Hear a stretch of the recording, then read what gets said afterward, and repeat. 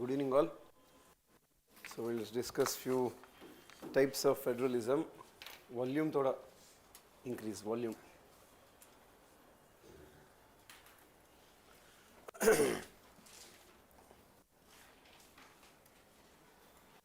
Okay. Huh? Huh?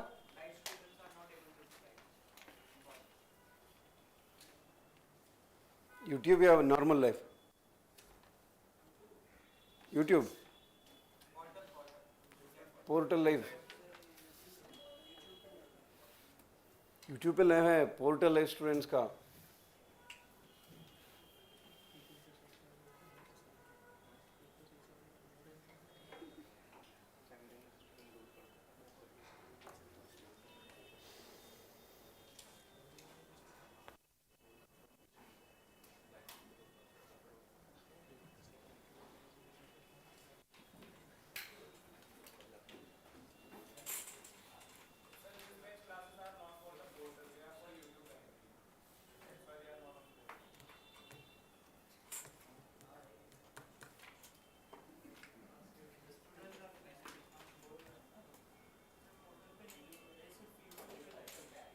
Okay, fine.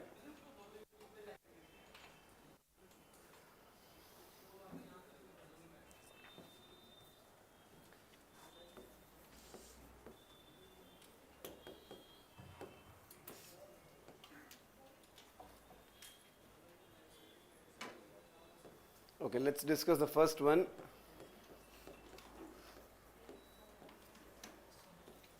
Quasi-federalism given by K.C. Ware.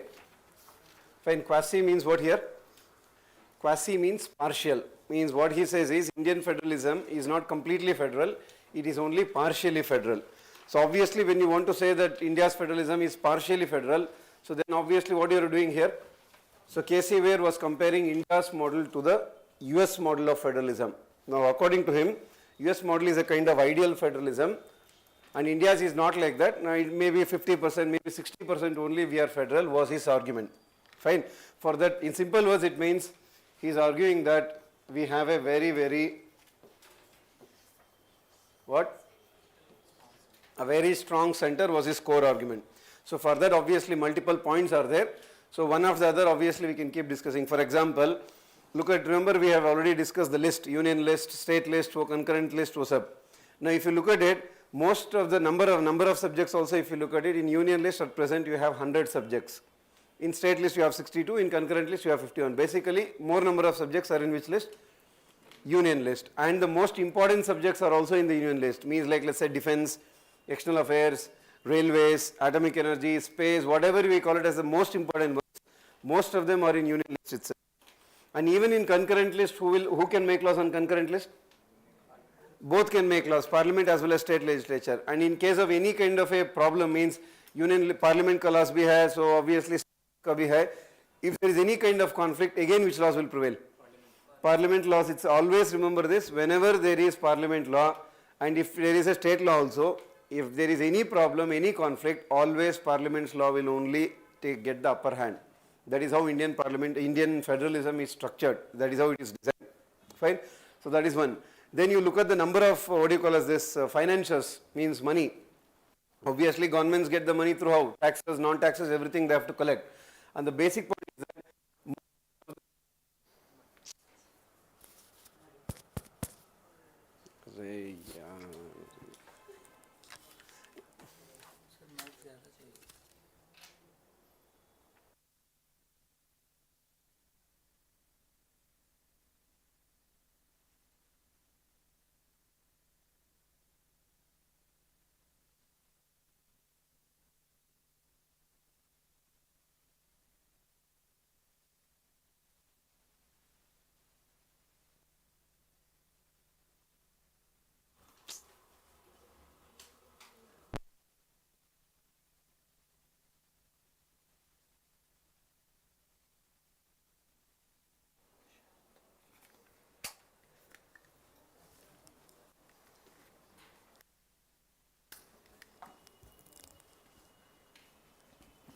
okay, so if you look at the finances, taxes, non-taxes power also, most of the money generating subjects are also with the center. Means like for example, income tax is there, that goes to center. Or like let's say for example, this corporate tax is there. Corporate tax means the money that the company pays after on their profit. That also obviously goes to center. Custom duty is there. Customs means export and import. That also goes to the center. So most of the money generating subjects are also with the center only. So that is another major benefit. Fine. And look, residuary power. You take residuary subject. That power is also with whom? That power is also with the parliament. Fine. So like that, I mean, then, for example, you might have heard, in India we follow a concept called as single constitution and single citizenship.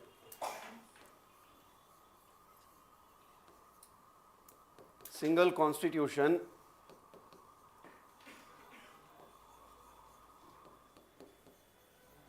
single citizenship. So in India we follow both. Fine.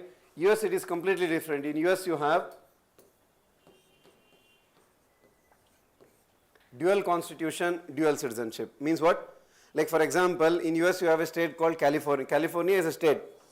Now in US they'll have dual citizenship. Means if you are a person living in California, first you are a citizen of US plus you are a citizen of California also. Let us say you are living in Texas state. You are a citizen of US. You are a citizen of Texas also. Now look at it in India. Let us say you are living in Uttar Pradesh. You are only citizen of India. Are you a citizen of Uttar Pradesh? There is no concept called a citizenship of the state. You are, let's say you are living in Madhya Pradesh. You are only citizen of India. You are not citizen of Madhya Pradesh. That concept we don't follow. That is what you call it as what? In India we follow single citizenship, but in US they follow dual citizenship. Same concept, single constitution and dual constitution. Like for example, look at, for all entire India combined you have only one constitution of India. Do you have constitution of Bihar, constitution of West Bengal, constitution of Tamil Nadu, Karnataka? You don't have like that. You will have your own laws. State legislatures are there. You can make laws, but you will not have separate constitutions. You will only have single constitution for the entire country. Why? Because India was formed under different circumstances. India's unity and integrity was a big challenge when it was formed. For example,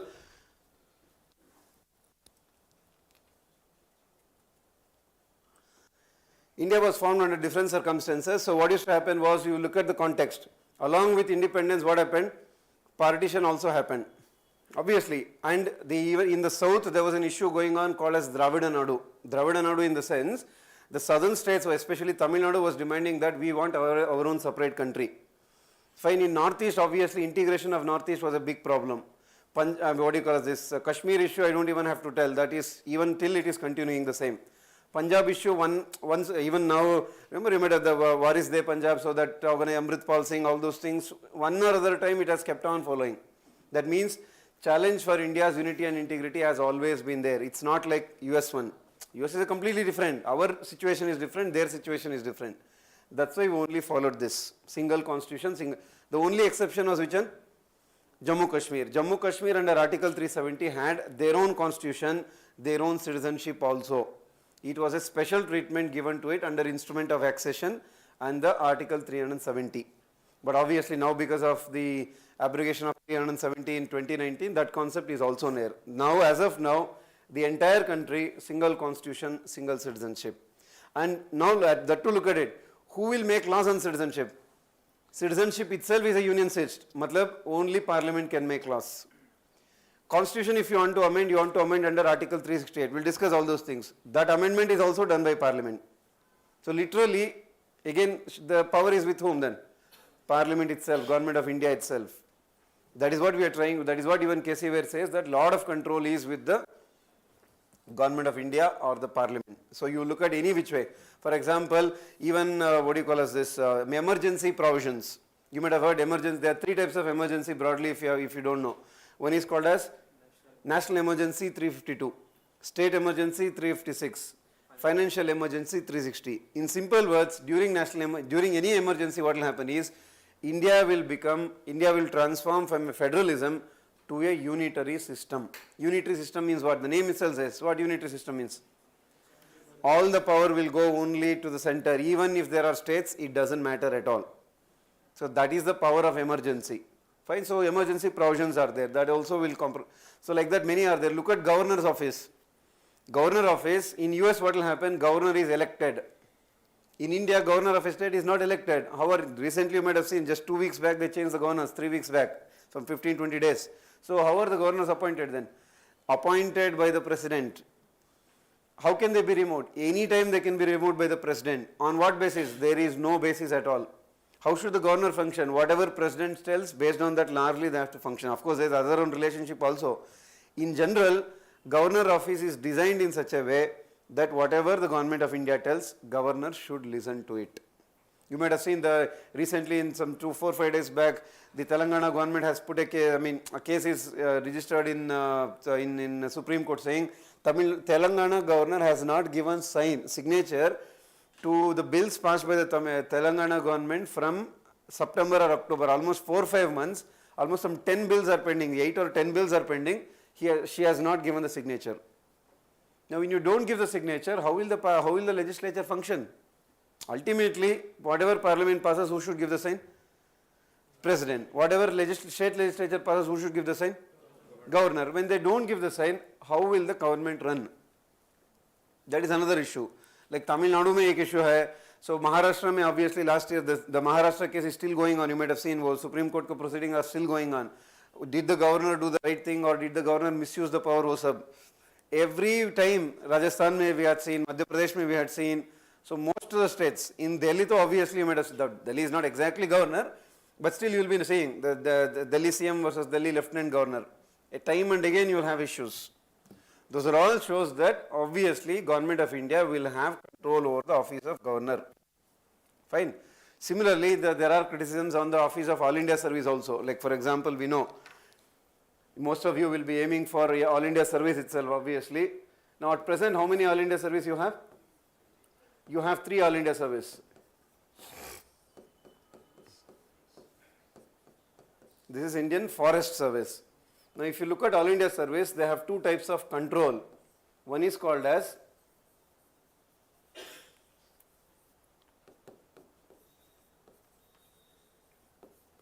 ultimate control, which is with Government of India, or you can tell Union. Fine. What is it related to? Related to their recruitment,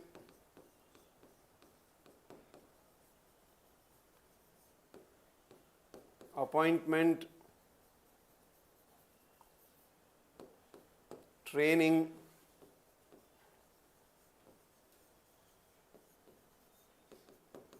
cadre allocation,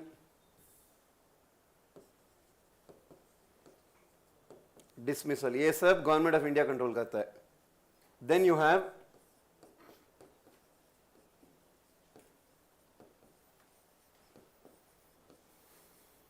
immediate control, that is controlled by immediate control का मतलब होता है your salary, your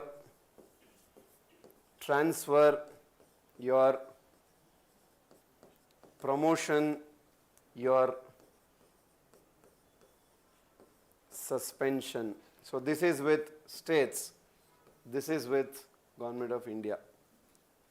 In addition, obviously, we have central services as well as state services. Central services का मतलब obviously your IRS IT, IRS Custom, Indian Information Service, Audit Service, बहुत सारा है, Indian Postal Service, this, that, so many corporate law, railway, वो सब central. State service भी होता है, obviously you have so many police working, sub-inspectors, deputy inspectors, this, that, FDAs, SDAs, engineers, they are all state services. But you also have in addition All India Service. And remember, in an ideal, like for example, if you look at US, you will not, that kind of a service you will not have in US. In US there is only, one is state service, second one is federal service, means state service, central service. In India you have the third additional one. So even though your work, who is paying your salary, transfer, promotion, वो सब कौन control कर रहा है? States. But who has given them to states? Center has given them to states, and center will control them one or other way. So that is the reason earlier, now the issue has changed, but earlier the criticism was that All India Services are agents of Government of India was the criticism.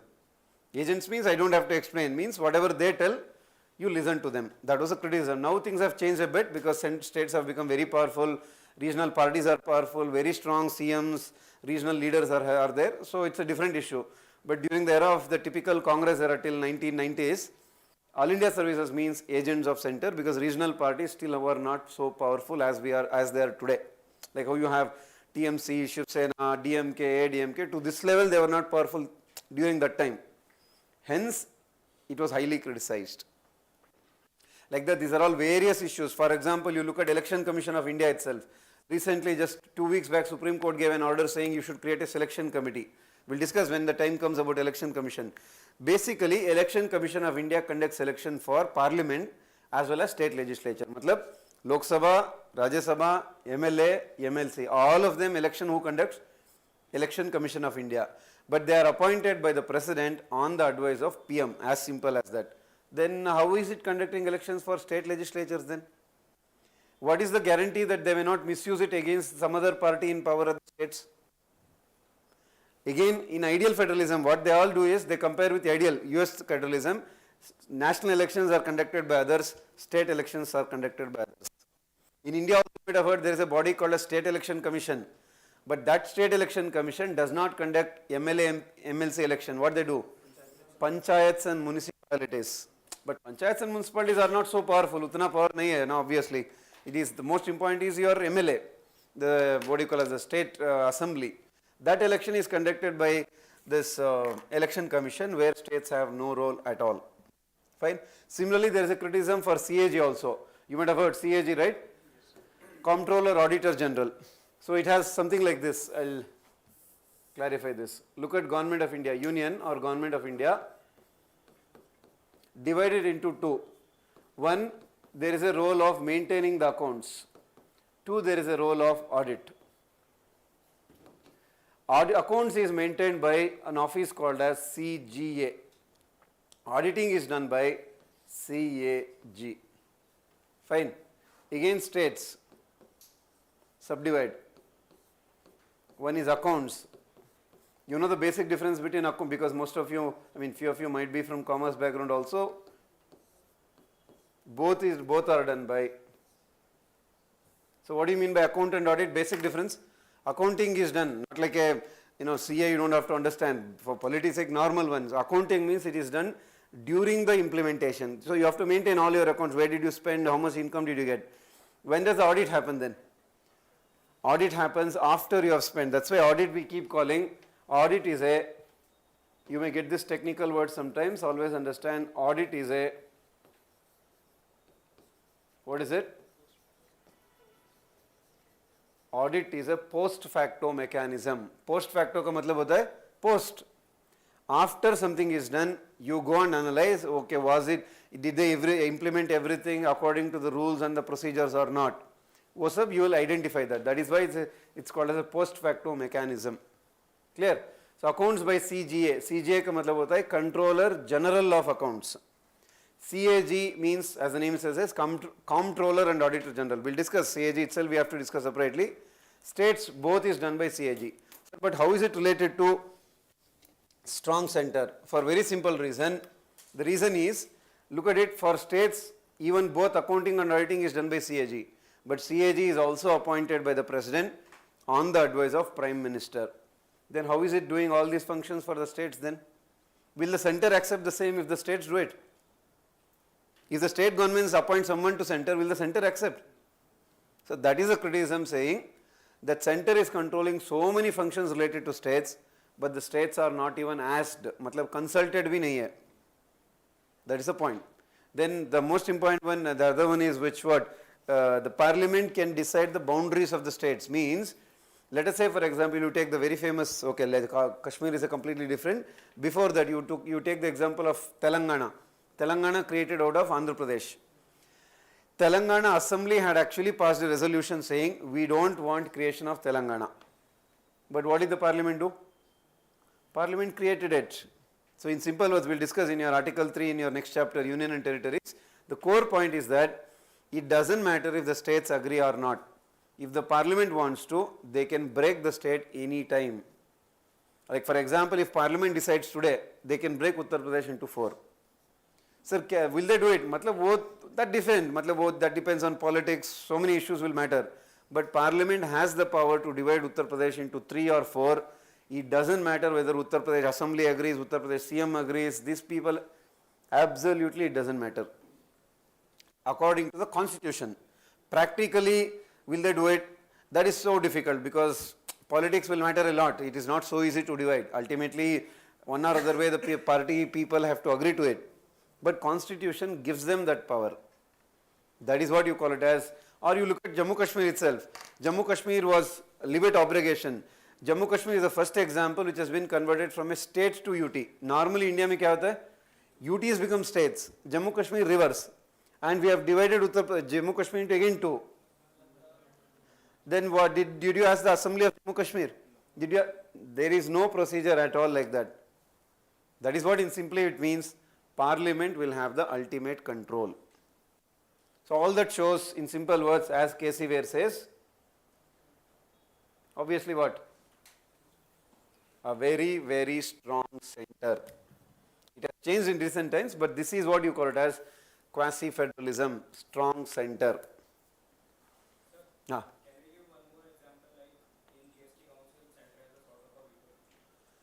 No, not exactly veto because 2/3 of the voting power is with the states itself. But in general, yes, because it is headed by Ministry of Finance and everything, they will have a kind of greater control. Correct.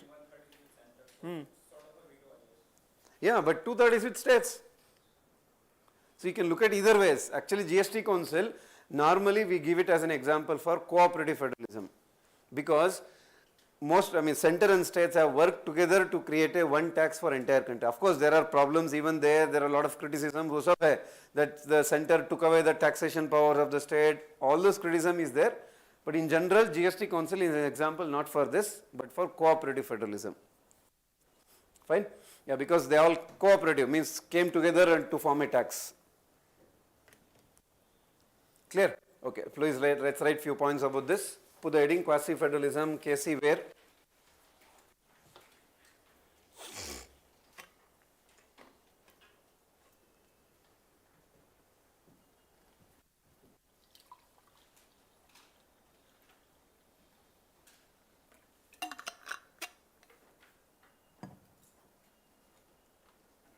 And tell what do you mean by that? It means, quasi-federalism means, it means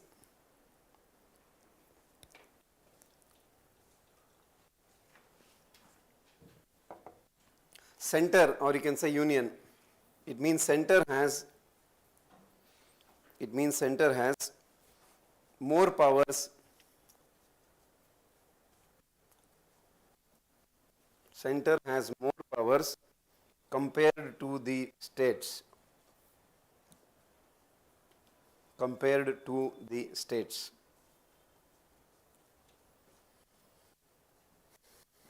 Fine. Let's say you can also write a kind of reasons also. It was created for multiple reasons. That means why did we create a strong center? It was established, it was created for multiple reasons. It was created for multiple reasons. First one is the need to ensure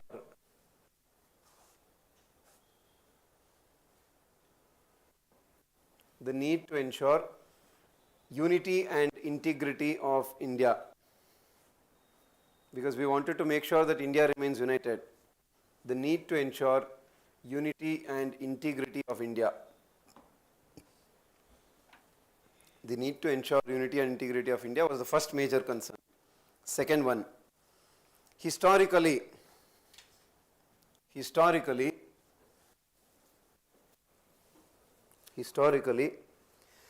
centralized administration means even if you look at British era or Mughal era, historically centralized administration has been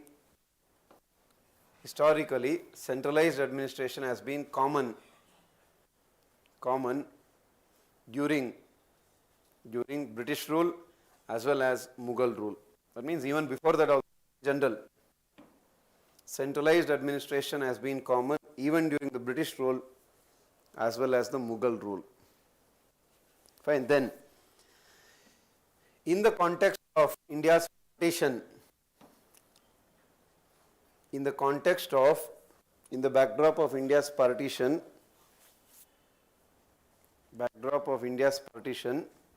there were fears about regionalism. Regionalism means greater love for your region.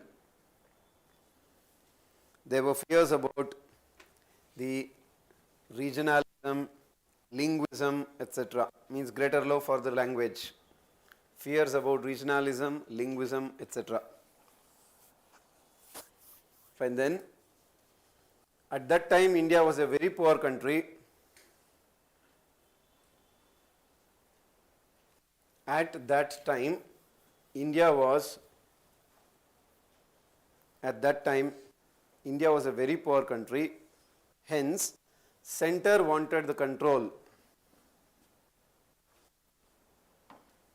India was a very poor country.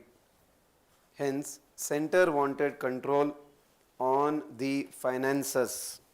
Because you had very less money. Center wanted the country on the finances to implement, wanted the control over the finances to implement the development programs or plans, anything. To implement the plans and programs. To implement the plans and programs. So these are various reasons why they created a strong center. Now you write the features. First one, greater control over the legislative powers.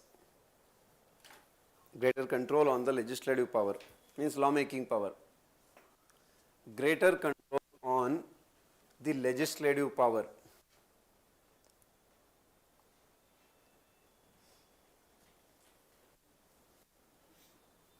Greater control on legislative power. You can write that below, explain. More number of subjects are in. More number of subjects are in which list? Obviously, union list. More number of subjects are in union list. And the most important subjects are also in the same list. More number of subjects are in union list and the most important subjects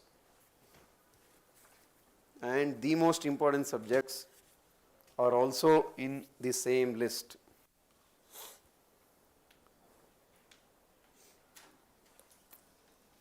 And the most important subjects are also in the same list. Then control over concurrent list, second feature. Control over concurrent list.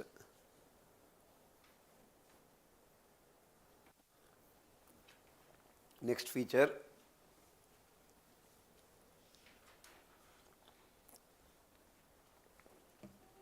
fine. So what is the explanation? Though both parliament and state legislature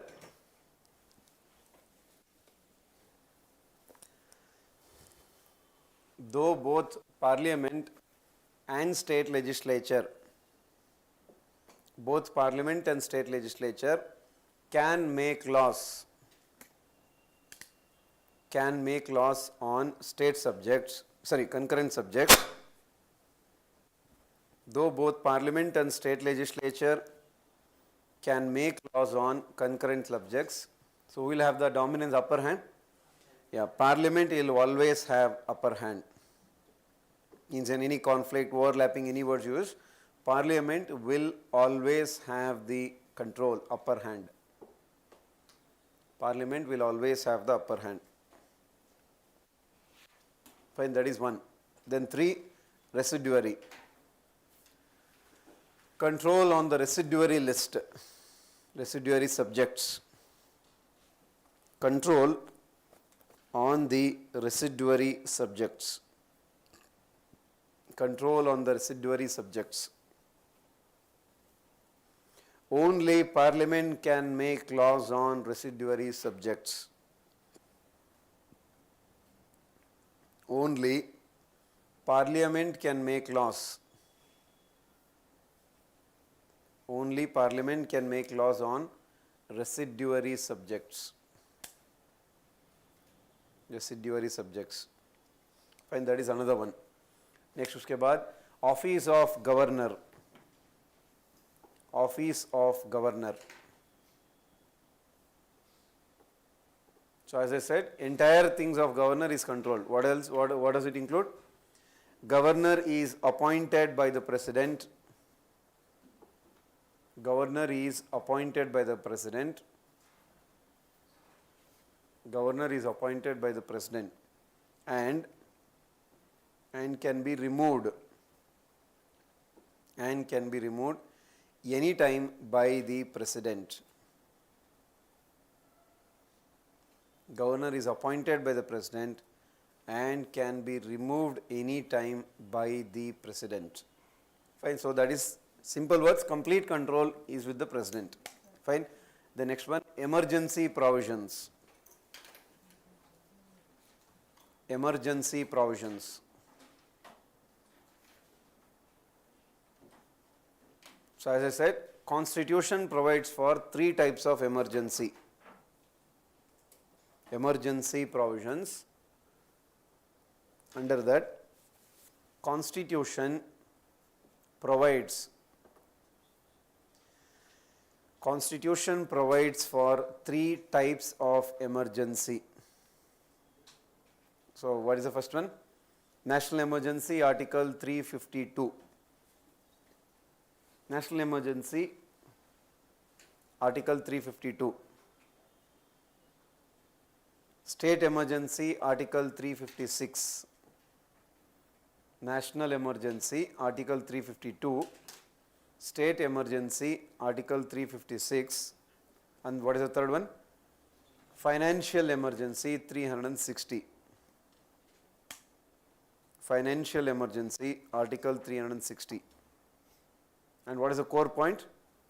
During emergency, federalism becomes unitary in nature. Means all the power goes from states to the center. During emergency, any emergency, during emergency, federalism becomes unitary in nature. Federalism becomes unitary in nature. Fine. Then this one, single constitution. Single constitution.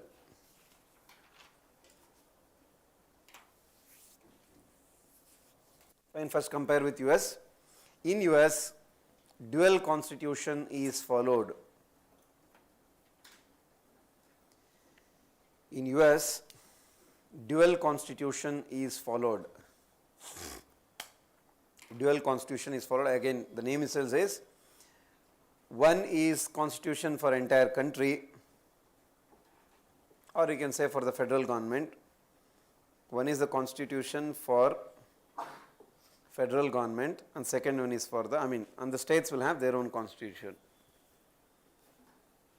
One is the constitution for federal government and the states will have their own constitution.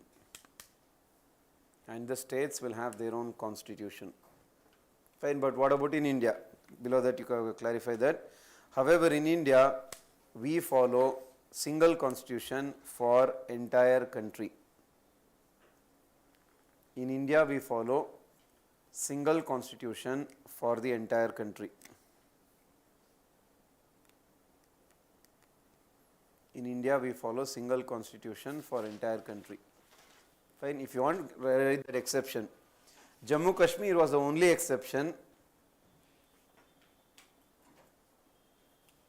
Jammu Kashmir was the only exception, as it was given special provision under Article 370. Jammu Kashmir was the only exception, as it was given special provision. It was given special provision under Article 370. If you want that also clarify, abrogated in 2019. Abrogated means, as I said, it has no effect as of now. It is removed. Removed in the sense cannot be implemented, which was abrogated, ABRO GATD, abrogated in 2019. So that means even for Kashmir, Jammu Kashmir, it's the and completely the same constitution. Then the single citizenship. Single citizenship.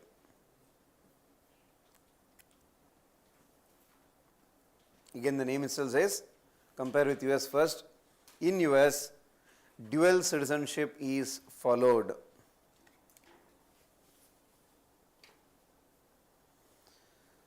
In US, dual citizenship is followed. So obviously, what does that mean? A person is considered citizen of US as a whole. In US, dual citizenship is followed. A person is considered citizen of US and citizen of the respective state, like California state, Texas, Miami, whatever you tell, citizen of US plus citizen of respective state. It's automatically you will have different rights, of course. We'll discuss that. But again, compare with India. In India, however, in India, only single citizenship exists. That means citizen of country as a whole. However, in India, only single citizenship exists. In India, only single citizenship exists. Yes. That was what I was about to say. For example, in India, we keep telling that famous statement is, in India we follow single citizenship both within the country as well as without the country. In other words, even within India there is only citizenship of India. As I said, no other state citizenship. Same point, let us say you are an Indian citizen. You cannot be citizen of another country at the same time. You can go and work in US or UK or Australia or any other country, you can go and work. But what you can get a green card, that means a kind of permanent, something like that you can get. But what you cannot get? You cannot take the citizenship of another country. So what will happen if I take? India follows single citizenship, that means the moment you take citizenship of another country, according to, we'll discuss that, part 2 of the constitution citizenship, automatically Indian citizenship terminated. They call it as citizenship by termination. So automatically it will be terminated. Fine. But in US, you can be US citizen of US, same time you can be citizen of Canada. Fine, you can be, I think even for Australia they allow, I am not sure, so there are multiple countries they allow. You can be same time ka matlab kya hota hai? You can vote here also, you can go vote there also, you can buy property here also, you can go buy property there also, so many things are allowed. In India, absolutely no, because again, as I said, India's history is different, their histories are different. In India, we still have a kind of problem that unity, integrity issues, you never know, people may shift their loyalties, what's up. That's why in India, you cannot have other countries' citizenship. Fine. So you can also clarify that in the margin. In US, a person can have citizenship other countries also. In US, a person can have. In US, a person can have citizenship of other countries also. That means same time we are telling the two.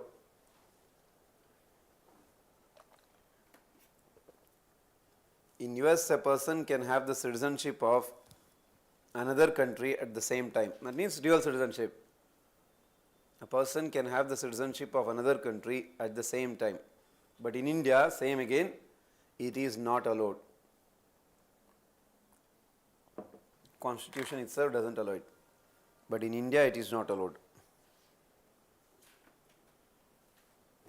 Clear? So that is single constitution, single citizenship. Then amendment of the constitution. Amendment of constitution.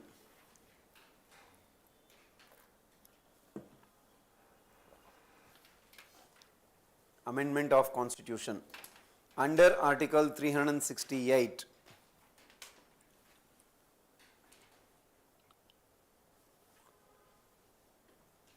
Under Article 368, only Parliament can amend the Constitution.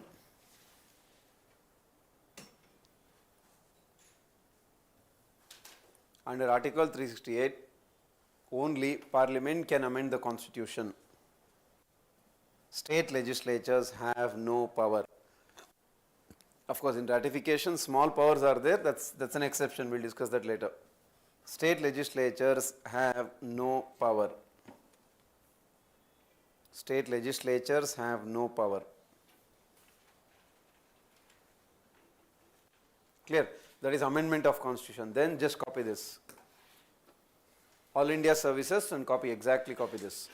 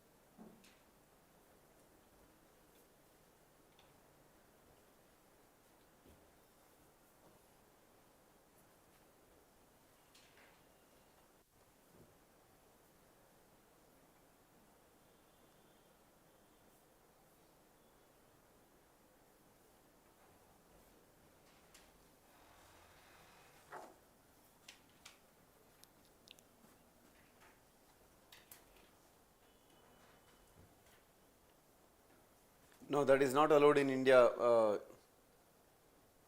Kausar.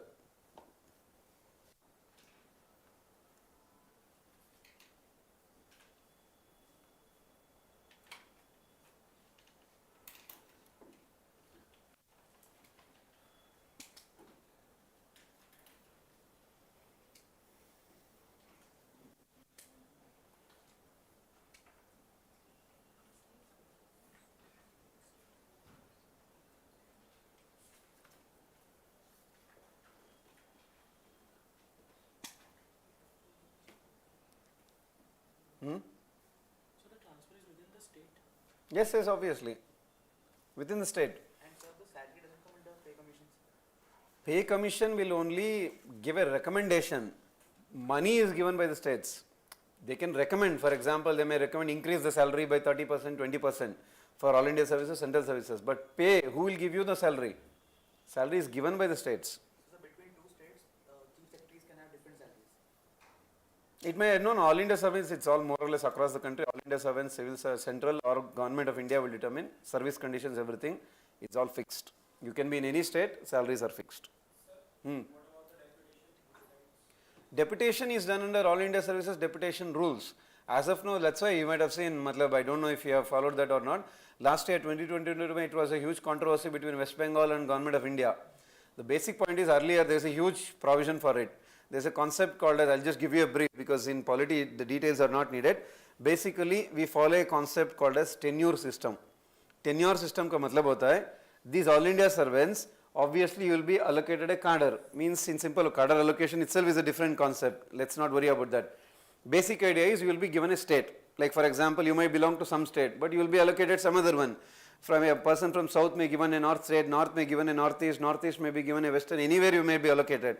That's your permanent career, permanent cadre throughout the career. Your entire life you should serve there. Some exceptions are there, you can come back to home state, OSAP, that's a different issue. It's not a, as of now the point is what, earlier, like let's say in tenure system ka matlab kya hota hai, at least around 4 to 5 years throughout your career, you should work with the center. The very basic point is, centers do not have their own All India services. In simple words, let us say for example you become an IAS, you will not be allocated to center directly. You will be allocated where? To a state. But then obviously central government, government of India also needs so many IAS officers like CBI. CBI में बहुत सारे IPS officers है. But CBI is, the name itself is Central Bureau of Investigation. मतलब it functions under whom? Government of India. Then where will they get the IPS officers? You have Narcotics Control Bureau. Okay, that's leave. Okay, some customs will be there. You have NIA, National Investigation Agency you have. Or very simple, you have so many secretaries. In Delhi, if you go to North Block, South Block, there are so many secretaries, prime minister's office में बहुत सारे काम करता है, under secretaries, deputy secretary, joint secretary, everybody are what secretary means? IAS. When government of India doesn't have its own cadre, how will they get their officers? Getting the point? When you get into IAS, you are only given to states, you are not given to government of India. Then how does government of India get IAS officers?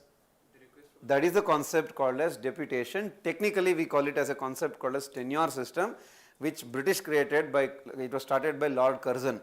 That's all not necessary here. Basic point is that at least minimum 5 to 6 years throughout your like 30-35 years mein, around at least 4 to 5 years you should work for government of India. Sir, when?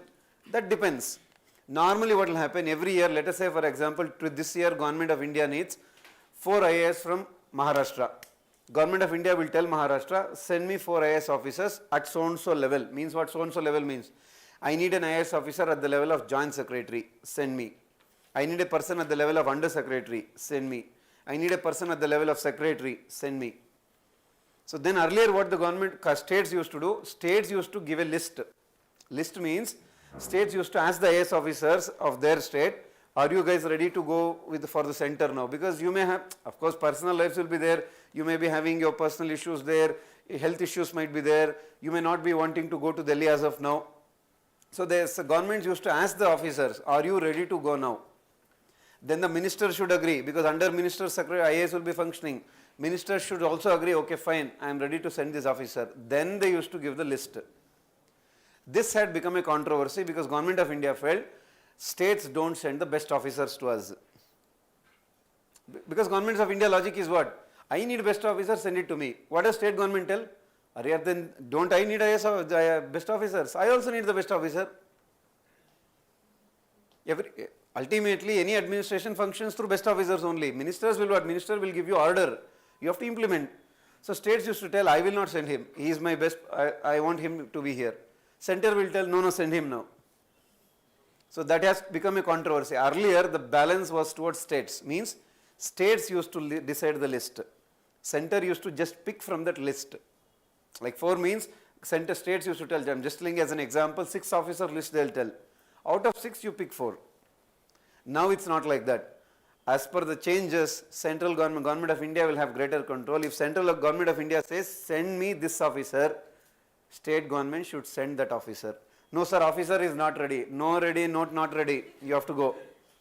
Sir, health issue, this, you write a letter, they will take care. Ultimate decision is with, as of now, government of India. That's the reason it was usually criticized saying federalism is, I mean again, federalism issues that you are going against the interests of states. Why are you taking control over them? So those are all controversies. That is technically called as tenure system, but that's not necessary as of now because so much of details, polity mein nahi chahiye. Those are all for optionals. Got an idea? What is the last point we are reading? Okay, copy this also then. Office of CAG.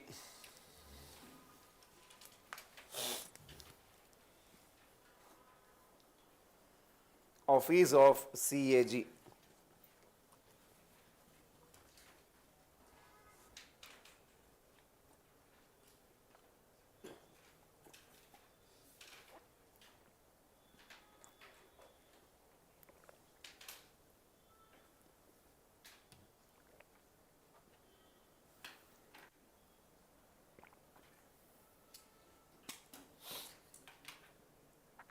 Office of CAG.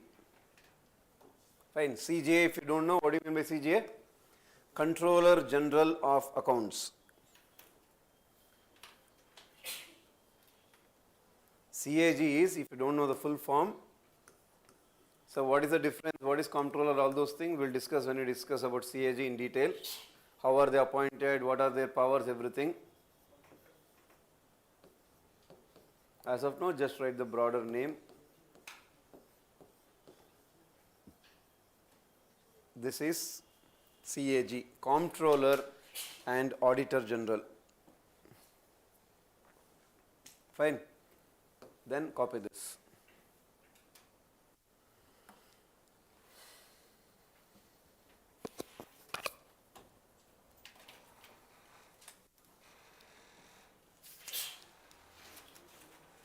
And what is the issue?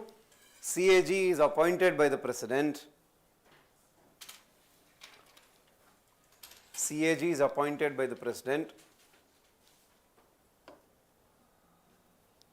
CAG is appointed by the president. CAG is appointed by the president. Service conditions determined by center. Service condition means salary wo sab.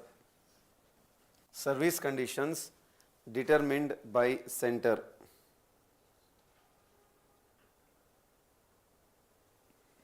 Service conditions determined by center. States have no control over the office of CAG. States have no control on the office of CAG. States have no control on the office of CAG. Each state has its own CAG. Each state. No. CAG as a whole, which functions at the national level, same CAG. Fine. That doesn't mean CAG will go personally and audit and maintain. Obviously, under CAG, so many people work. CAG is the person responsible. Practically, of course, they can't do all those things. Fine. Next one, Office of Election Commission of India, ECI. Office of ECI. Office of Election Commission of India.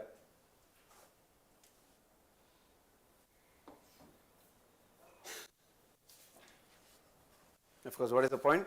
ECI conducts the election for ECI conducts the election for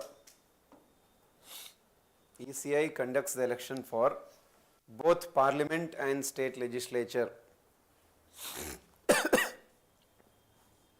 ECI conducts elections for both parliament and state legislature.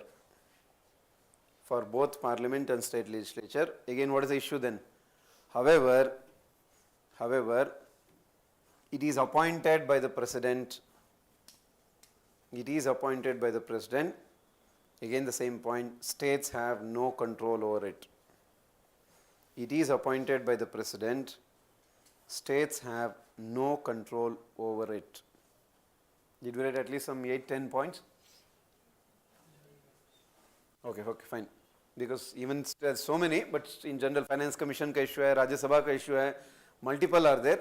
But these are what we call it as strong center, that is quasi-federalism. Fine. Now the next type, symmetric federalism.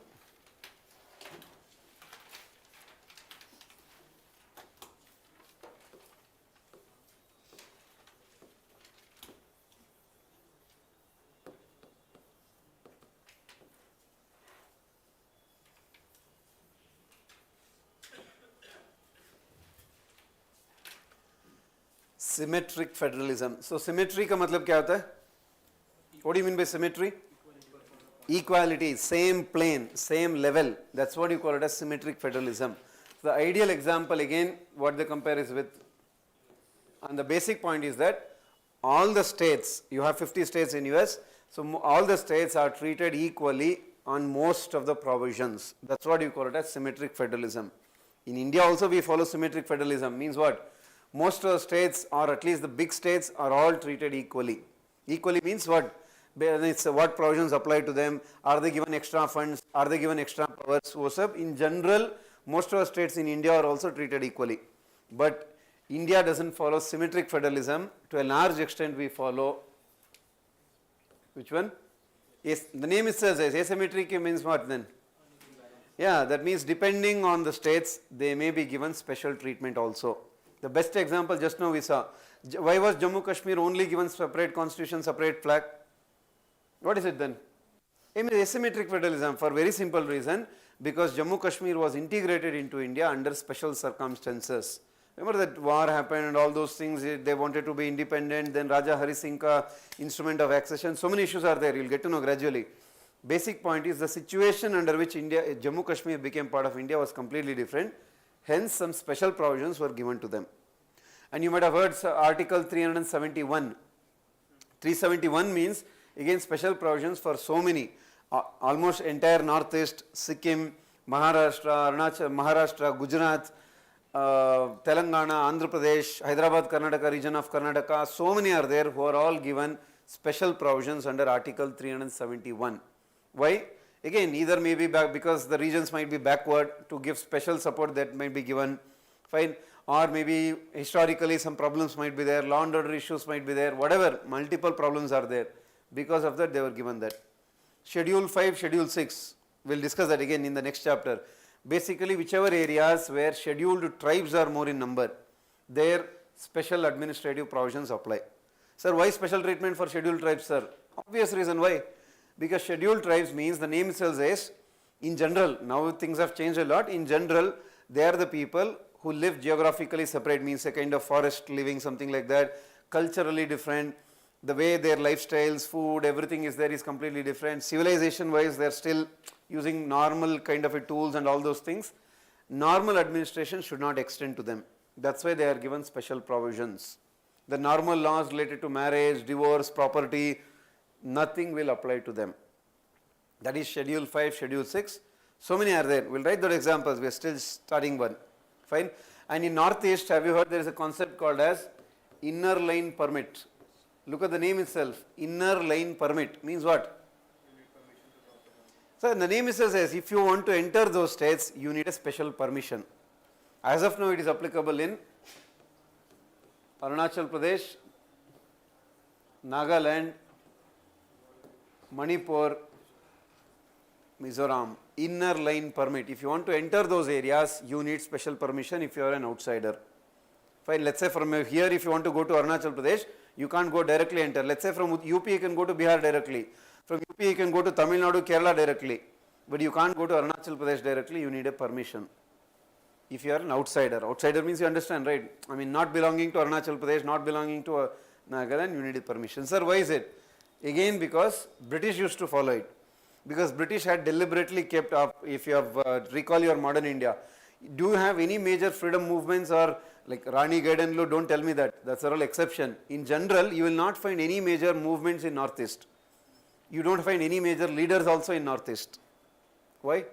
One of the reason is obviously because British had deliberately kept the region out of freedom movement. Two, culturally, racially, historically, that some kind of integration has still not happened. At least now, of course, because of the, that's why reason we keep calling, remember India is called as what? State nation. We created state, then we are trying to integrate. That's why it is called as a state nation according to a lot of thinkers. Remember, that's the reason, because you don't have that kind of a integration still, emotional bonding. Fine. So same concept. So hence British used to follow something like ILP there. Means outsiders, I mean from the typical here, you can't enter those areas. That we are still continuing. A lot of people criticize it saying, iski zarurat nahi hai, so please remove it. British used to do it for some other reason. But the local people, they'll still demand it.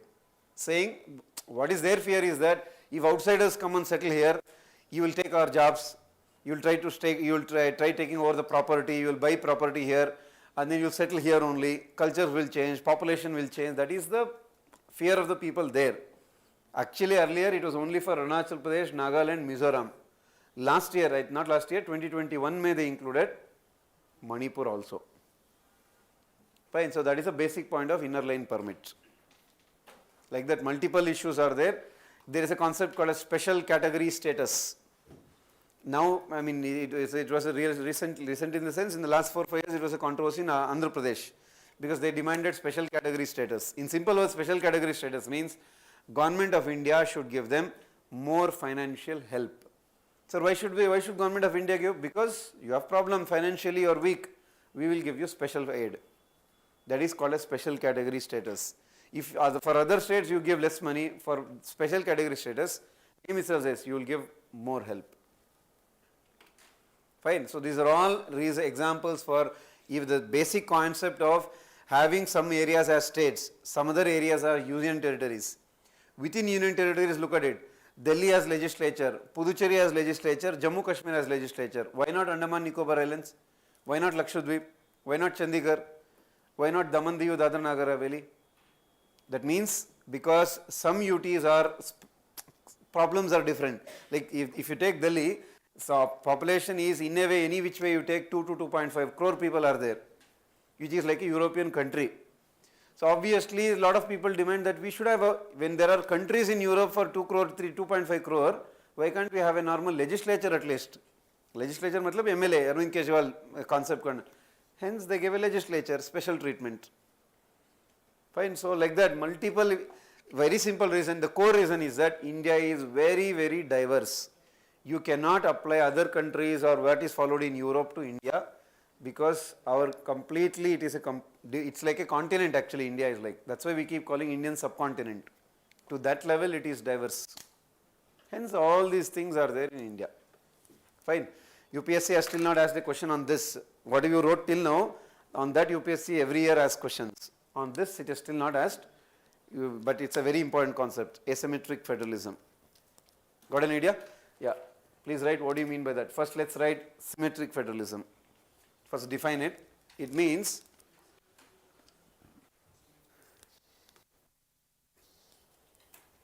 even for that separate rules will be there, it is not so easy.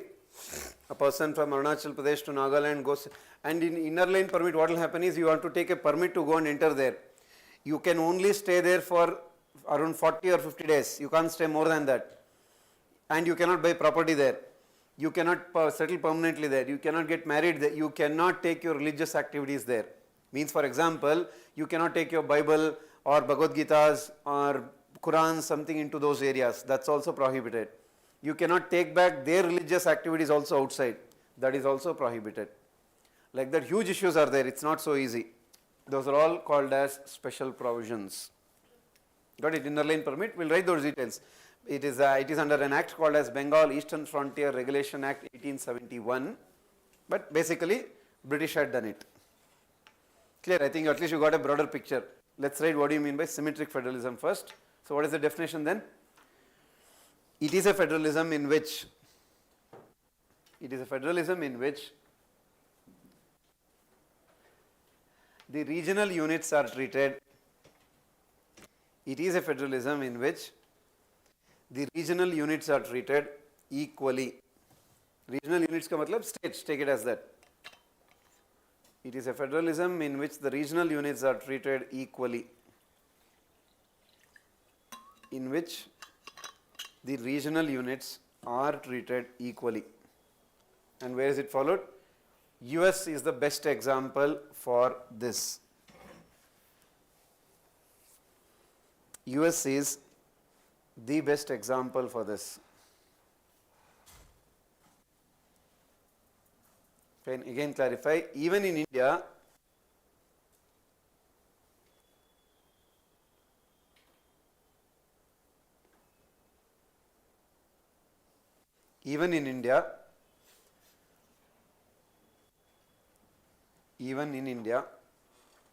symmetric federalism is followed.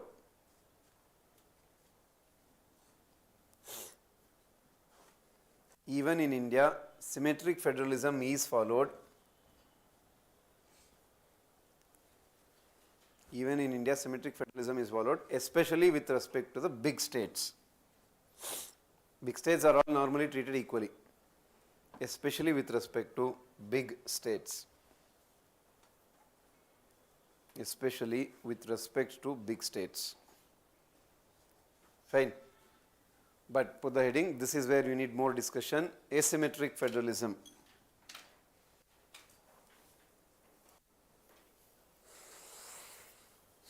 Asymmetric federalism.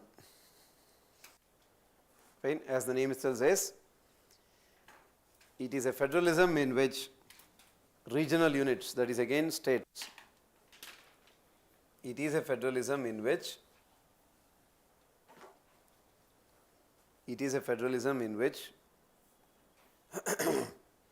regional units are treated differently. Federalism in which regional units are treated differently based on their strengths and weakness. Strengths, weakness, history, geography, multiple are there. Regional units are treated differently based on their strengths and weakness. And write the example. For example, so keep writing one after the other. Article 370. Article 370, special status for Jammu and Kashmir. Special provisions for Jammu and Kashmir.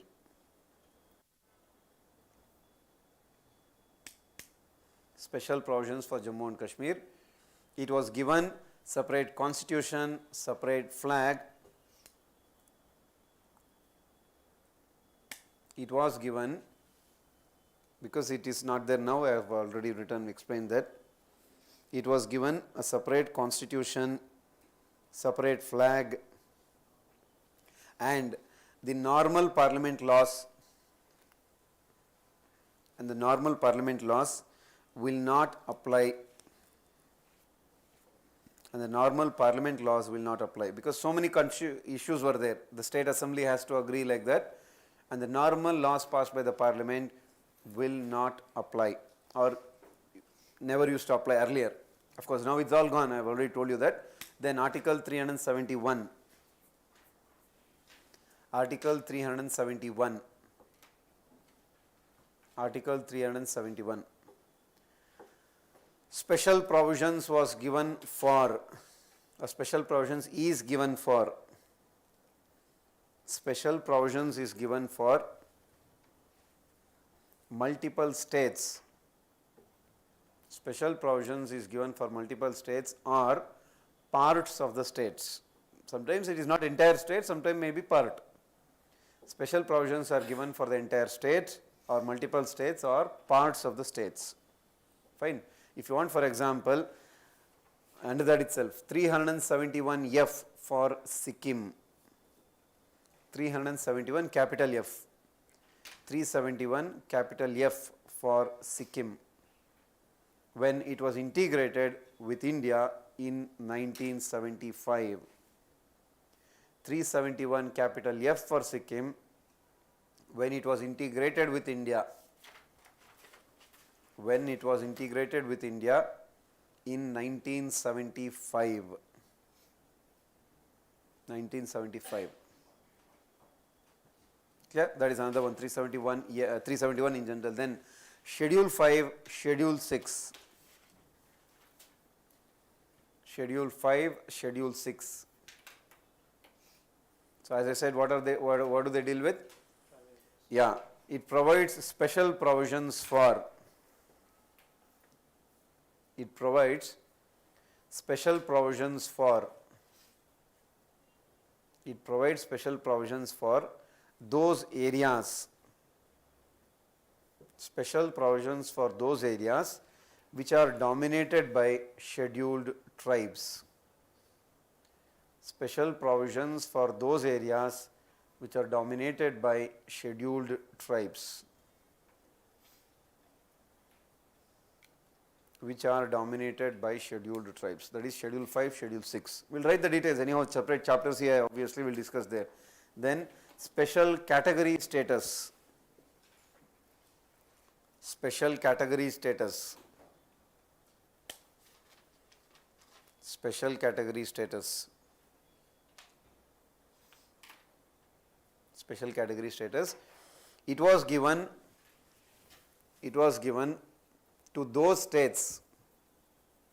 It was given to those states which needed.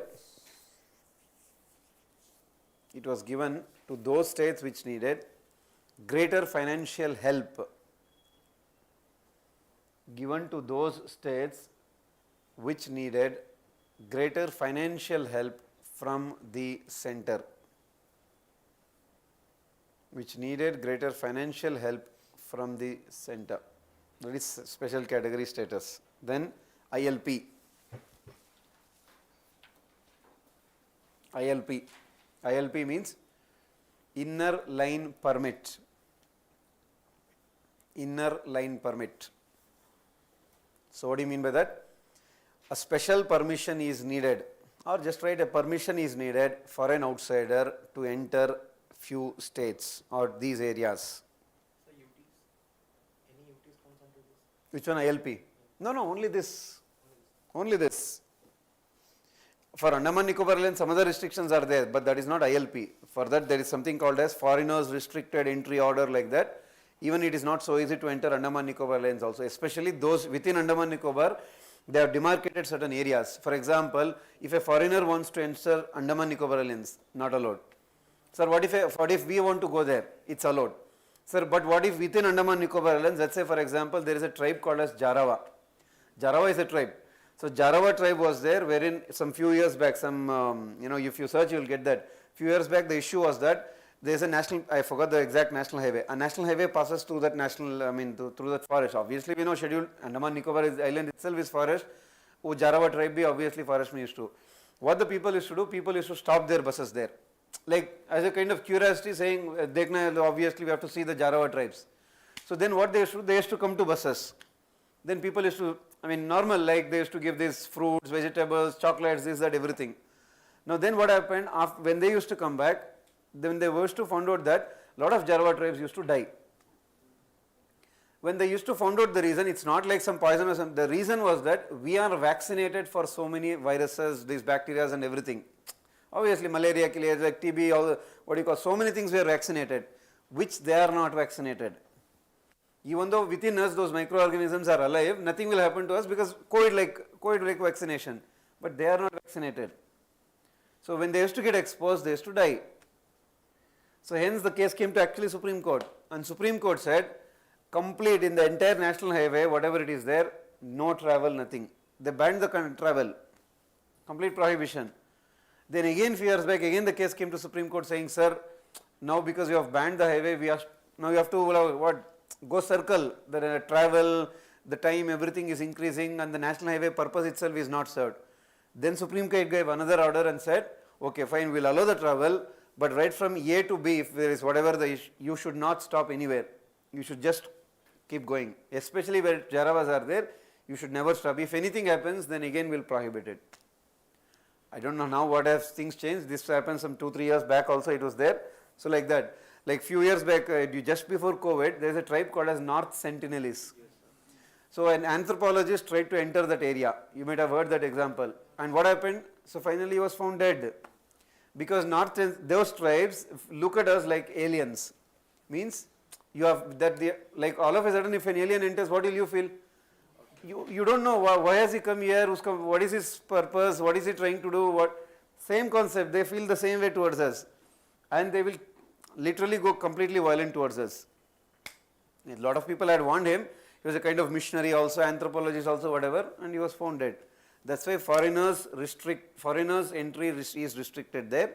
Even for us it is restricted because so many permissions you have to give. Not in general Andaman Nicobar Islands, those areas where so and so tribes are there. Those forest or national park, whatever you call it as. Clear? I think got an idea. So let's write about inner line permit. What is the last point? A permission is needed to enter these areas. As of now, mention this. As of now, it is followed in. As of now, it is followed in, and then write Arunachal Pradesh, Nagaland, Manipur, Mizoram. And mention the act. It is a British legacy. It is a British legacy. It is a British legacy. Which act it is followed under? It is a British legacy. It is followed under Bengal, because at that time it was only Bengal. Entire northeast was Bengal.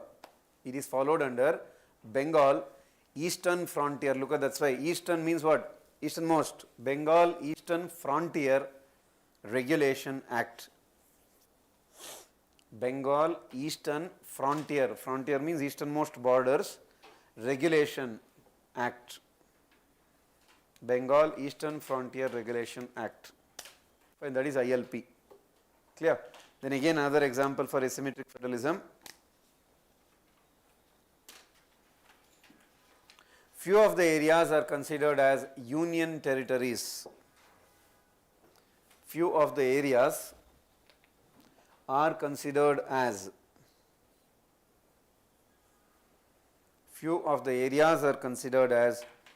union territories.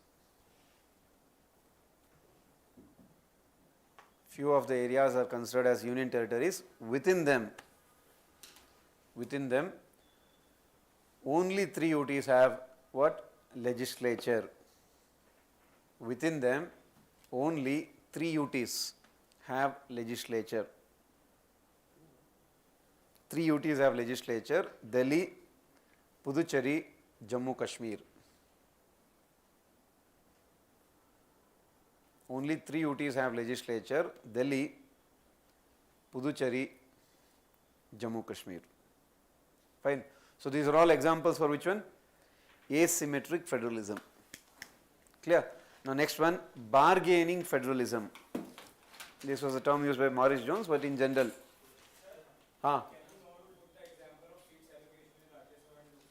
That is also a kind of asymmetric itself. Means different state treated differently. Correct. Bargaining federalism. Bargaining federalism. Now look at the name itself. Says bargain means what? What you do with shopkeeper, same bargain. So bargaining means what? Earlier, because center used to have lot of financial control. I have already told you that. Means financial control means what? Money, greater money was with the, financial power was with the center. So then if states wants to do something, what should the state CMs do then? State CMs used to come to the, earlier of course planning commission was very, very powerful. State CMs had to come to the planning commission deputy chairperson, bargain with him for greater money, and only if they agree you will get greater money. So that was the kind of bargaining federalism. So then who is to bargain with whom then?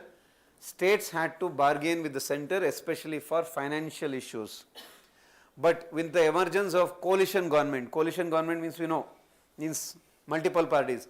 With the emergence of coalition government, because in Indian context there are 3 years which are considered landmark in respect to politics. One is 1969, because for 1969 first time in more than 50% of the states non-Congress parties came to power. Because Nehru had died, Lal Bahadur Shastri had died, and Indira Gandhi had emerged, and lot of issues had happened within Congress. So regional parties started to emerge. Second landmark year is 1989, because coalition government emerged at the national level, means government of India. So from 1989, because Rajiv Gandhi had lost the power, his popularity decreased. From 1989 till 2014, 25 years it was completely coalition government at the national level. You take right from then, VP Singh to Chandrasekhar to Narasimha Rao to Deve Gowda, I.K. Gujral, Vajpayee, Manmohan Singh, everybody's governments were what? Coalition government. That too especially like Vajpayee, Manmohan Singh was all what? 10 to 15 political parties had to work together. Imagine, matlab kitna compromise karna hai aapko. So obviously then the power shifted from center to whom? Regional parties. Remember I have already told you the Teesta Water Agreement was a, so if the states agree and or that means if the regional parties don't agree, you cannot go ahead. So power shifted from center back to whom? States. That is called as bargaining. Center had to bargain with the states. Fine. Now again what happened? 2014 is considered another landmark year. Because the reason, for the first time in Indian history, BJP came, BJP which is largely criticized, you know, whatever ideologies and all, which so many, whatever issues. So for the first time, BJP got clear majority, and it is what you consider as the re-emergence of majority government at the national level. Again the power shifted back to whom? Center. Now because center had, they don't have to bargain with regional parties at all, because it doesn't matter, you support us, you don't support us, doesn't matter at all, because they have got more than 300 seats. So power has shifted back. Fine, but today they don't, center don't dominate to the level earlier they used to dominate, because now, because if you don't know, finance commission, there is a concept we will discuss under fiscal federalism. Basically if government of India earns 100 rupee, during the earlier first finance commission, they used to give 5 rupee to the states. 95 rupees who used to spend? Center used to spend. Today it has come down to 41%. That's what technically we call it as vertical devolution. Vertical devolution ka matlab hota hai, in simple words, vertical means what? From center to the states. Horizontal means between the states. So out of 100 rupees that government of India earns, today 41 rupee is given to states. But earlier 5 rupee. Imagine the power of center then. Now the states are demanding it should be ideally 60-40. 60 rupees should go to states, 40 rupee which should be with the center. But center in general will not agree for it, because center also has so many things, defense, railways, these, that, so many are there. Normally we don't have consensus, means we don't agree for that. Center government doesn't agree for it. So these are all issues related to bargaining federalism. Clear? And then when we discuss fiscal federalism under this itself, I will tell you more other details. What is the role of finance commission? What is the role of planning commission? What was the controversy? Now what is, how planning commission is different from Niti Aayog? All those things we will discuss. Clear? Let us write this. Bargaining federalism. First let us write the basic. In the post-independence history, in the post-independence history, in the post-independence history, 3 years are considered. 3 years are considered as watershed moments in Indian polity, in Indian politics also you can say. 3 years are considered as watershed moment. Watershed means, matlab, बहुत greater change happened. 3 years are considered as water change years. Watershed moments, sorry, watershed moments. Watershed moments in Indian politics. In Indian politics. First one, 1967. 1967. So what happened here? For the first time, that means after independence, for the first time, in more than 50%, 50, for the first time, in more than 50% of the states, for the first time, in more than 50% of states, non-Congress parties came to power. Non-Congress parties came to power. Non-Congress parties came to power. 1989. Some people call 77 also because Congress launched for the first time. 1989. So what happened here? Coalition governments emerged at the national level. Coalition governments emerged. Coalition government emerged at the national level. Coalition governments emerged at the national level and it continued for 25 years. Coalition governments emerged at the national level and it continued for 25 years. That is till 2014. Continued for 25 years till 2014. And then 2014. 2014, re-emergence of majority government. Re-emergence of majority government at the national level. And this will continue another 10 years. 10-15 years, no change, more or less BJP will still have the control. Re-emergence of majority government at the national level. Re-emergence of majority government at the national level. Fine?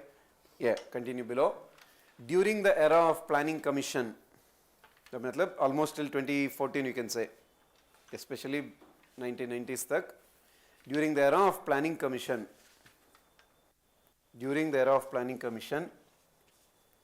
center was financially very powerful.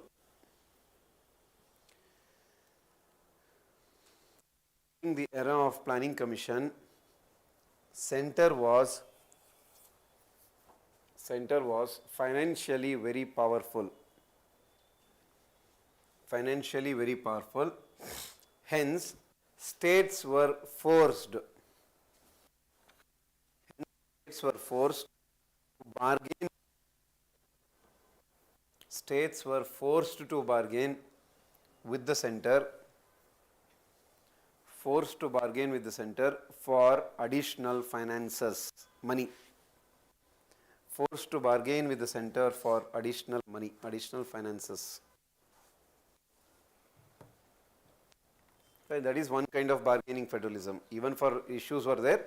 Then with the emergence of, that is from 1989, with the emergence of coalition governments, and the dominance of coalition governments dominance of regional parties and leaders with the emergence of coalition governments and dominance of regional parties and leaders and the dominance of regional parties and leaders who became powerful? States got the bargaining power. States got the bargaining power. Fine, you can mention that very famous statement. Former PM Manmohan Singh, states got the bargaining power. Former PM Manmohan Singh famously called it as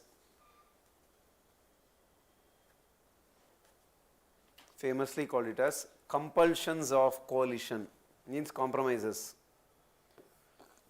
Famously called it as compulsions of coalition. Famously called it as compulsions of coalition.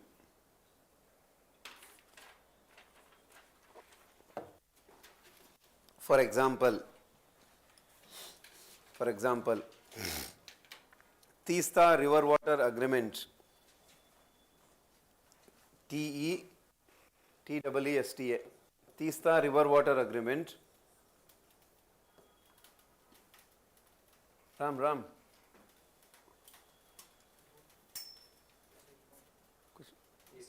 AC off कर दो. For example, Teesta River Water Agreement could not be finalized between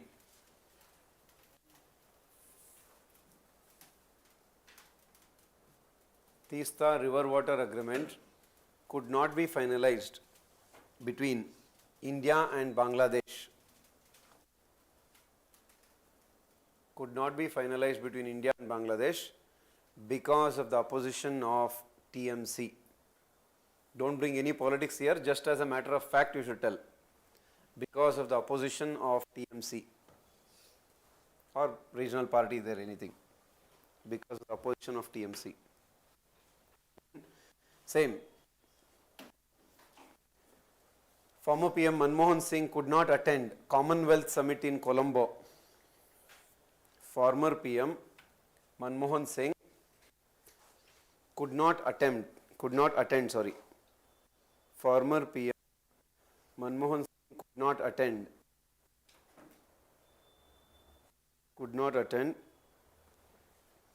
the Commonwealth of Nations, Commonwealth Summit in Sri Lanka.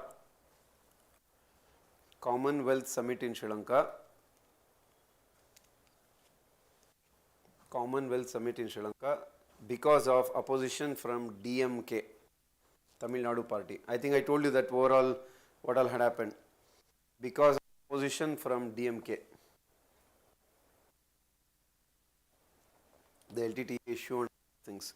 So this is one kind of bargaining federalism, another.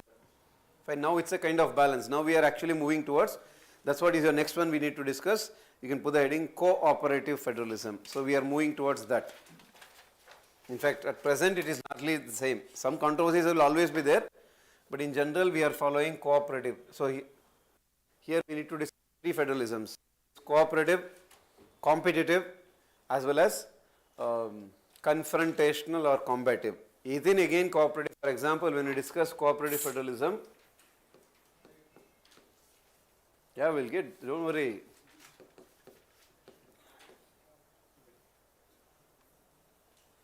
When we discuss cooperative federalism, under that you can divide it into two. One is called as vertical. Vertical means obviously between whom? Center and states.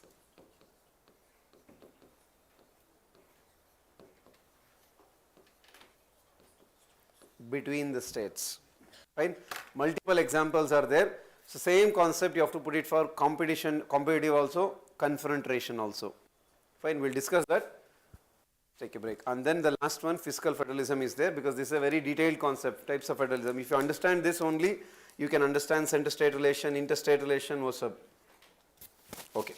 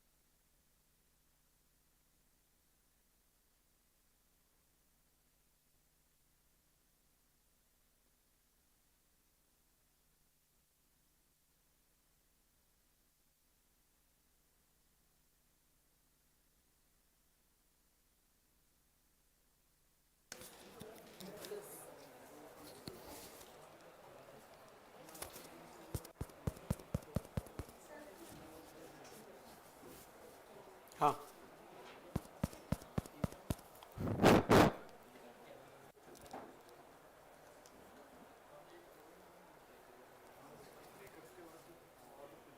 Okay, first let us discuss cooperative federalism.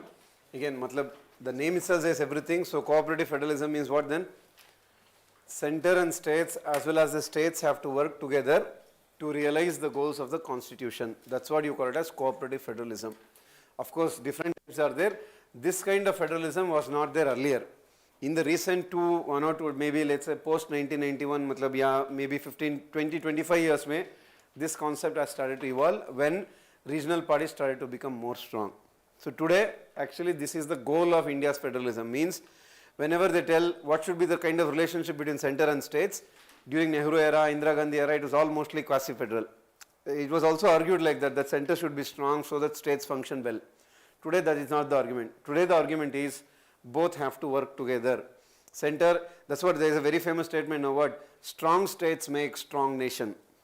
That is a formula today. Strong states make strong nation. I don't even have to explain, that itself is this cooperative federalism. उसके लिए obviously बहुत सारे examples है, like under vertical federalism you have, for example, planning commission used to follow top down model. Top down development model means what? Look at the name, it says top down development model means what? Means the decisions were taken at the top level. Top level means in Delhi, because you have the government of India in Delhi. So the decisions were taken in Delhi and entire country has to implement it. That is called as top down. Down in the sense everybody else should follow it. Now you don't have planning commission. Now this is the era of what? Niti Ayog. Remember, obviously you might have heard planning commission is abolished. Now we are in Niti Ayog era. And Niti Ayog largely favors bottom up approach. See, look at the name itself. Bottom up means what then? Take the inputs from the lower levels. Let them take most of the decisions by themselves. And after consulting their inputs, you can take some decisions. That is called as bottom up development model today. Fine. And one of the objectives of Niti Ayog is to promote cooperative federalism also. So that is the purpose of Niti Ayog. Fine. So the states have to come with the center, bargain for money, that kind of a system mostly has reduced. For example, as I just now told, so earlier it was all what? 5%, 10%, 15% vertical devolution. What is the percentage today? 41. So that is also means what has favored? More money is going from centers to state. That means vertical cooperation is favored. There is a GST council is an example for vertical cooperation. There is a body called as interstate council. I don't know if you have heard or not. Interstate council is also a body. All this we will discuss one after the other in various chapters. That is also an example for vertical cooperation. Clear? But that is not enough, because who also have to work together? States also have to work together. For example, like what do you call this? Look at COVID itself. During COVID time, lot of states shared their best practices. For example, in Maharashtra they had controlled better, because you might have seen in Maharashtra number of cases used to, from there other states learn. Fine, so many schemes are there, welfare scheme. For example, oxygen cylinders were shared, vaccines were shared. They are all called as horizontal cooperative federalism. Fine, there are various schemes which was first implemented in state level. Then from one state it went to another state. From that state it has come to national level also. For example, in like Government of India implements a very famous scheme called as Pradhan Mantri Krishi Samman Nidhi. Krishi Samman Nidhi means every year Government of India will transfer 6,000 rupees to the small and take it as farmers in general. Fine. But this is not Government of India scheme. In the beginning it was started by a Telangana government as Raitu Bandhu scheme. Raitu means farmer, Bandhu means friend, farmer's friend. Then from Telangana it came to Odisha. From Odisha it came to West Bengal. From West Bengal, Government of India took it and made it as Pradhan Mantri Krishi Samman Nidhi. Clear? Very famous, you might have heard an act called as RTI Act. RTI Act was not passed by the Parliament of India first. It was first passed by Rajasthan, then Goa, then Tamil Nadu, then Karnataka, then Parliament passed it as RTI Act. So what does all these things show? One state can learn from another state. Like there is also another body called as zonal council. Zonal council means entire country is divided into zone. North zone, central zone, east zone, west zone, south zone, northeast zone. And in that zone, like when you say north zone, north states all can sit together and come up with common solution. South zone. South states will come together, sit together and try to discuss and come to some, whatever problems they are affecting them, come to a solution for that. Those are all for what? Promote cooperation between the states. Got it? So these are all, this is our goal actually. So with respect to finances, it can be related to laws, it can be related to policies, administration, anything. We have to follow cooperative federalism largely. Center should not try to control the states, and states should also try to work with the center. That is what you call it as cooperative federalism. This is the goal. Fine. So same way, I'll just sum up once for all and then we'll write. Same way you have competitive also. Look at the word itself. Competitive federalism means what? We should promote competition between each other. And this kind of competitive federalism started after 1991. So obviously, you know, 1991 is a landmark year for India. Why? What is the reason? LPG reforms, especially economic ones. So after that, what happened? Obviously, the lot of investments started to come in because India started to open up. Means that's what we technically in economy done or not yet? Yes. Okay, in economy they would have told you that India transformed from closed economy to open economy. Means open economy means lot of it can be any investments, so let it come to India. So that kind of concept started. Now obviously when investments started to come up, every state started to take the advantage. Means what? You come and invest in us, so we'll give you less taxes, we'll give you better infrastructure, we'll give you this policy, that benefit, land will give you at less cost, this. Everybody started to invest that. That is when the idea of competitive federalism started to come up. So to promote positive, not a negative way, they started to promote positive competition between the states. Fine. So center and states also try to compete to come up with better laws.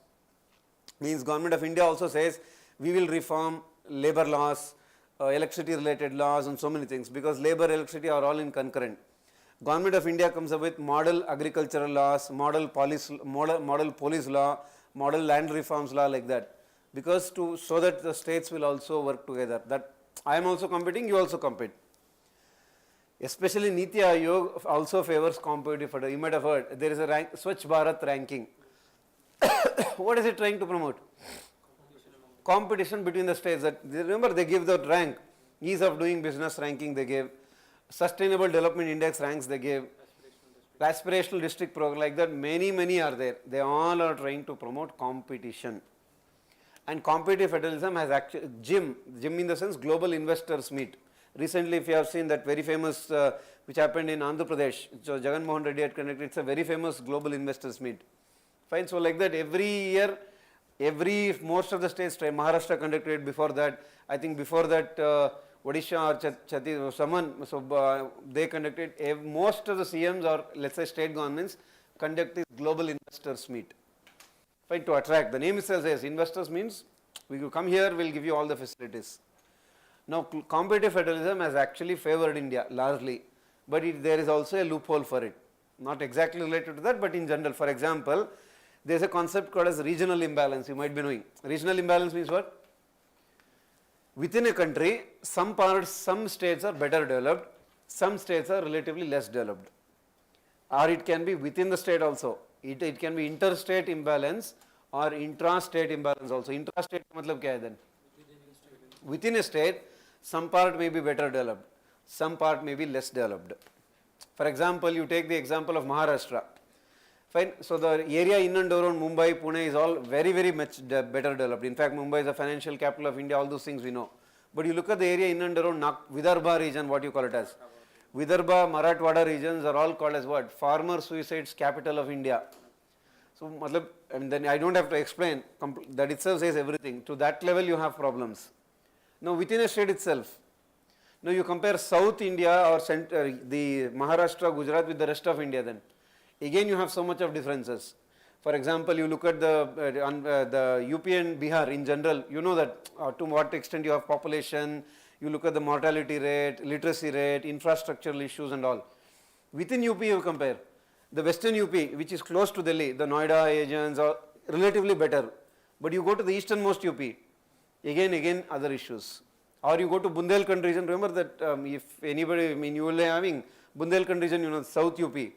So that region in around Jhansi, I think those are all areas are Bundelkhand, right? Yes. So look at Bundelkhand region is one of the most what do you call as this, poverty affected region of country. Now, I think you are getting the point is, sir, how is it related to competitive federalism? The reason is, before 1991, this difference was less. Most of the regions were more or less the same. After 1991, what happened? Private sector started to play a greater role. Before, who used to play a greater role? Government. So, government deliberately what they used to do? They used to open iron and steel project, dams, the roads, everything, everywhere, wherever poverty, because politics, they used to go there. After 1991, private sector took the advantage. Now, where will the private sector go for the benefit of saying, no, I will improve this region, please give, will any private sector say that? Private sector in general don't have that concept itself. For them it's what? I should make, as if I invest 100, I should get at least 20%, 30% profit I should get. Now, normally where they go then? Wherever infrastructure is already there, wherever I will get employees for my company, wherever there is political stability, taxation, why is it less? Security, let us say you go invest in Chhattisgarh's Bastar region. What is the Naxals come and attack? What will you do? You go invest in Kashmir Valley. What? You know the problems. How will a person go and invest 1,000 crore, 10,000 crore in Kashmir Valley? If you are an investor, will you go? You will also think the same. So, hence what happened, investments started to go to those areas which are already developed. Because the moment you say already developed, iska matlab kya hai? Infrastructure is good, roads are there, railways are there, airports are there, telecommunication is there, engineering, whatever you call them as, those people are there, automatically funds start to go to those areas. Hence automatically what will happen then? Regional imbalance started to keep on increasing. That's the reason, remember Amartya Sen, who is a very famous Nobel Prize, he has a very famous statement, he says, if the same way private sector functions in India, in another 20-30 years, half of the India will look like Silicon Valley, the US Silicon Valley, another half will look like Sub-Saharan Africa. Means half of the area will look like, very, very huge, ultra posh, what do you call it as, very rich. Other half will look like that you have gone, that's why there is a very famous in India in statement called as India lives in different centuries at the same time. Means if you go across India, you will find people of all kinds of, some people will be still living in 15th, 16th century kind of mindsets. Some people will be artificial, they are all already living in 21st century, 22nd century. So, all kinds of people, mindsets, lifestyle, everything will find. India lives in different centuries at the same time.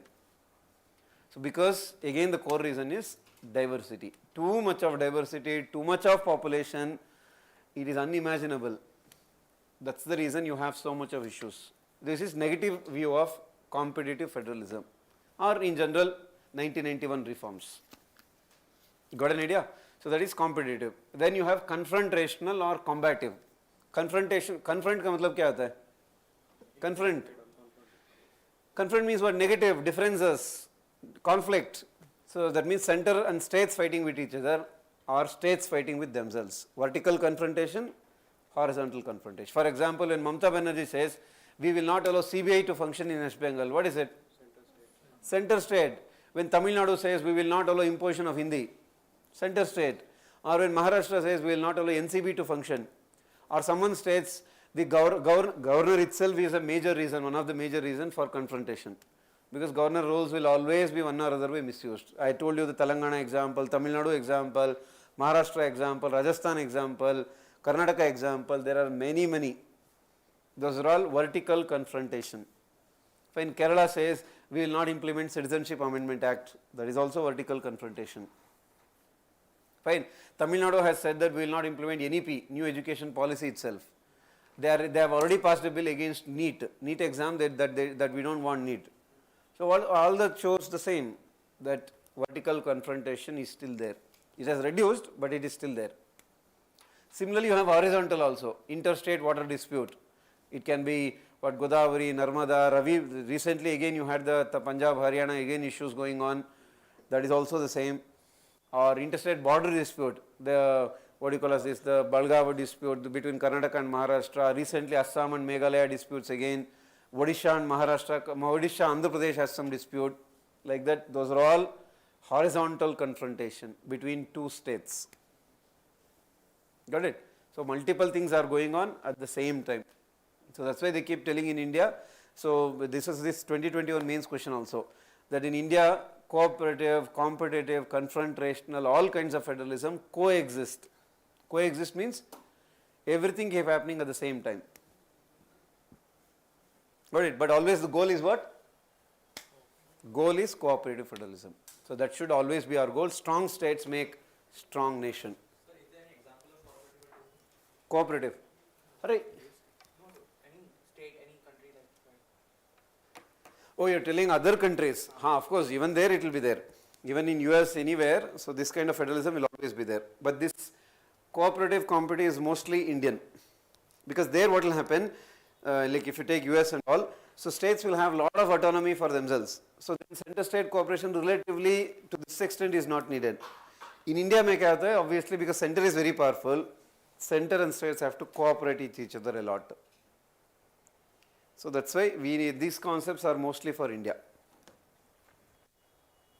But wherever you have center and state, that's common. Always it will be there. Sometimes controversy will be there. But in India, controversy are more. Reason, as I told, too much of diversity, too much of issues. And India is still, that's why we keep telling India is a nation in making. We still have a lot of issues to be settled. 56, maybe 60, 70% we have settled. Another 20, 30, 35% problems are still there. I mean, what we are telling with respect to unity and integrity problem itself. Cultural differences. So many issues are going on. Like whenever Hindi issue comes up, you might have seen what is the level of opposition, you will get it from the south. Because cultural issue. Or look at the TMC, West Bengal versus government of Karnataka, India issue. Because of the political issues. Like that, it's all common. Yeah, so yeah, let's write this. Please put that in cooperative. Did we, I mean, definition ya kuch likha hai nahi? Okay, let's define it first. Then it refers to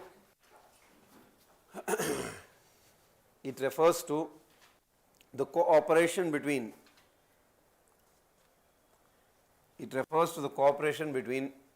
center and states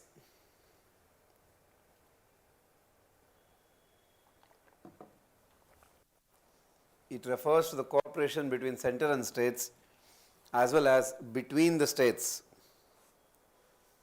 Cooperation between center and states as well as between the states. Center and states as well as between the states to achieve the goals of constitution, because ultimately that is the intention of everybody, to realize the goals of constitution. To realize the goals of constitution. Under that you write this vertical cooperation between center and states. Vertical cooperation between center and states.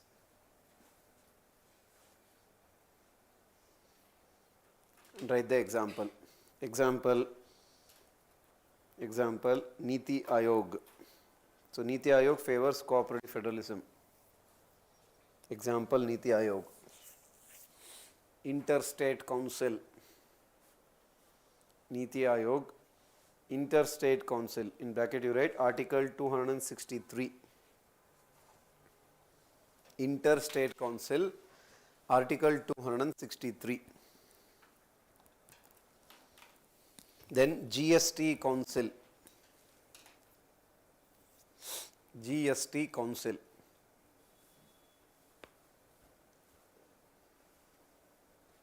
So that is for vertical cooperation. Then horizontal cooperation. Horizontal cooperation.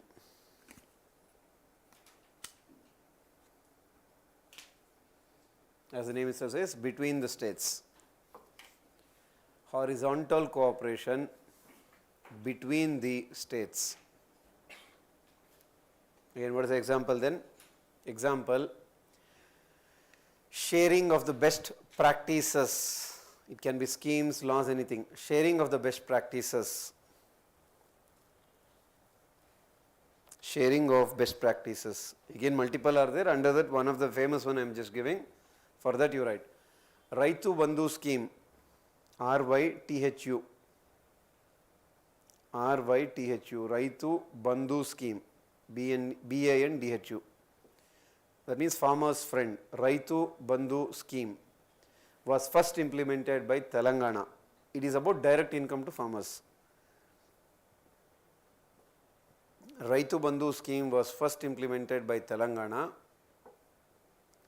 Later, Odisha and West Bengal implemented it. Later, Odisha and West Bengal implemented it. So then it became, now till when West Bengal, Jharkhand implements it or Odisha implements it, it's horizontal. Then from there it became vertical. That is, later Government of India implemented it as what? Pradhan Mantri Krishi Samman Nidhi. Later, Government of India, just write GOI. Later, Government of India implemented it as Pradhan Mantri Krishi Samman Nidhi. Pradhan Mantri Krishi Samman Nidhi. Pradhan Mantri Krishi Samman Nidhi. Clear? That is one. Then another example, zonal councils. Horizontal cooperation, zonal councils.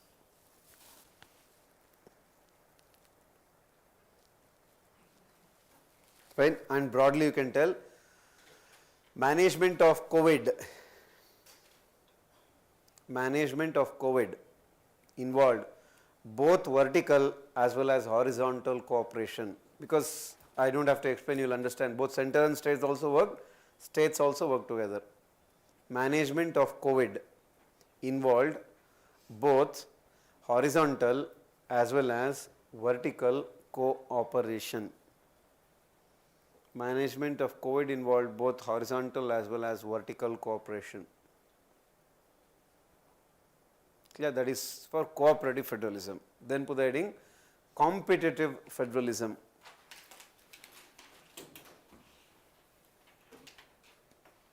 Competitive federalism.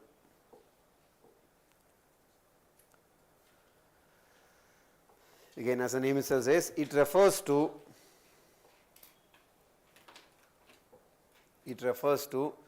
the positive competition between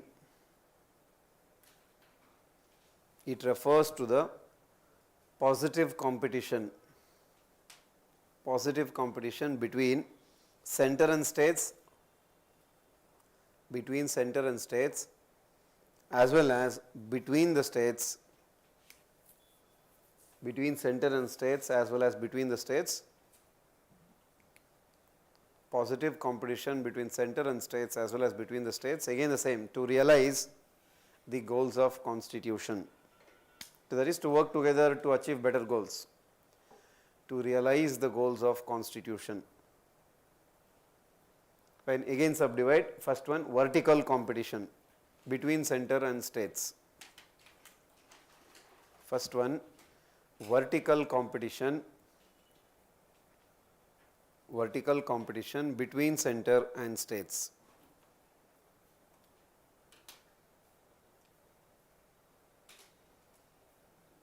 Between center and states. Example,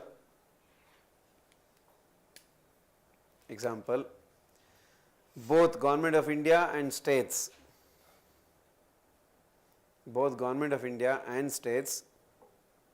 trying to bring reforms in, both Government of India and the states trying to bring reforms in labor laws, because labor is a concurrent list. Electricity laws, that is also concurrent. Trying to make or bring reforms in labor laws, electricity laws. Fine. FDI, FII issues. FDI, you might have heard, FDI means foreign direct investment, foreign institution, basically foreign investment related. FDI, okay, economy is done, then you will understand FDI, FII rules, etc. That is one. You can also add model laws brought by center. Model laws. Why? What do you mean by model laws here? It is called as model reason. Parliament cannot directly make laws on it. That's why they will give a structure, so or a kind of broader framework. Based on that, states have to make it. Model laws given by center, model laws given by center on police reforms, model laws given by center on police reforms, APMC, Mandi, Agricultural Produce Marketing Cooperatives, APMC reforms, tenancy reforms, tenancy means land related, land lease, everything, tenancy reforms, etc. Clear? So, these are all both competing to bring better laws, better rules. Then horizontal competition between the states. Horizontal competition between the states.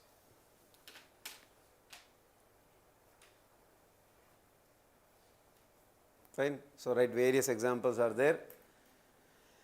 Example, Swachh Bharat ranking, Sustainable Development Index, Swachh Bharat rankings, Sustainable Development Index, Good Governance Index, Good Governance Index,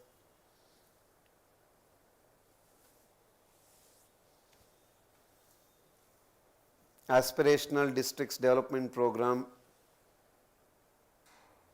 Aspirational Districts Development Program, etc. Aspirational Districts Development Program, etc. Fine, you can also add Global Investors Meet conducted by states, Global Investors Meet, GIM they call it as, Global Investors Meet conducted by states, Global Investors Meet conducted by the states. Clear? Like that, many are there, these are all horizontal competition. Fine, if you want in margin you clarify, post 1991, this just to give a, as I told, the regional imbalance perspective. Post 1991, who has played greater role in economy? Private sector has played greater role in economy. Post 1991,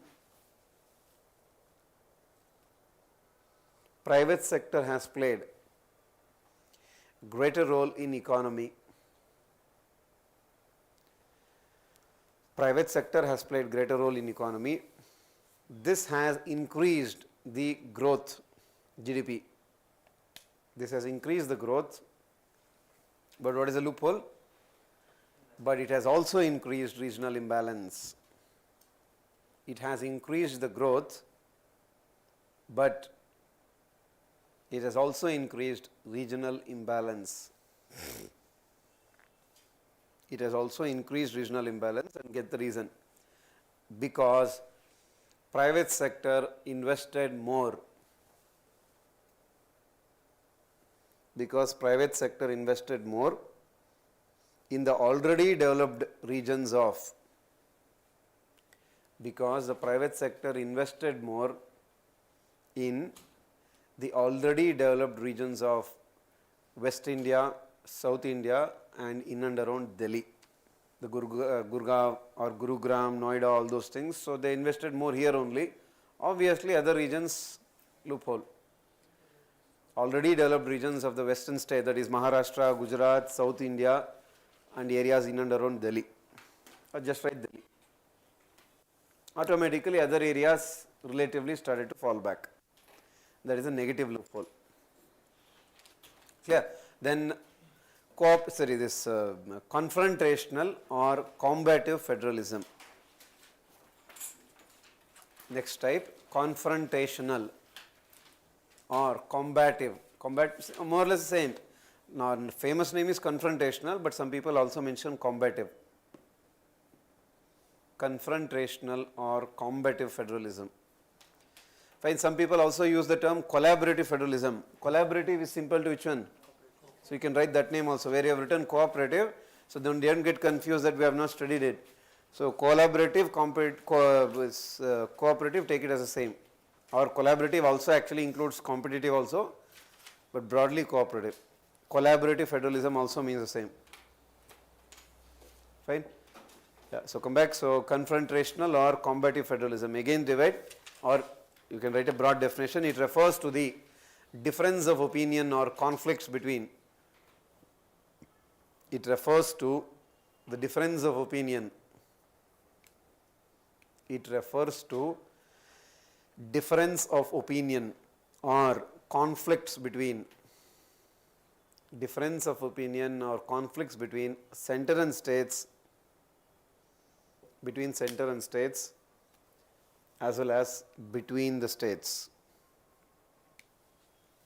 Conflicts, difference of opinion or conflict between the center and states as well as between the states. And what is it? Obviously, this is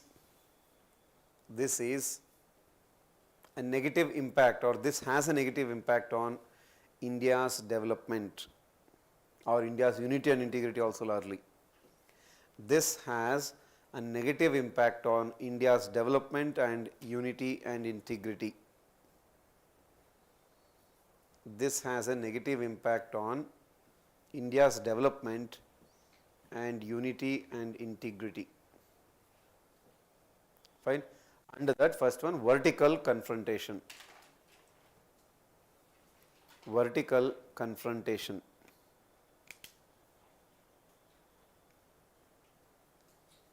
Vertical confrontation. Again, the name itself says, write the example, there is between center and states.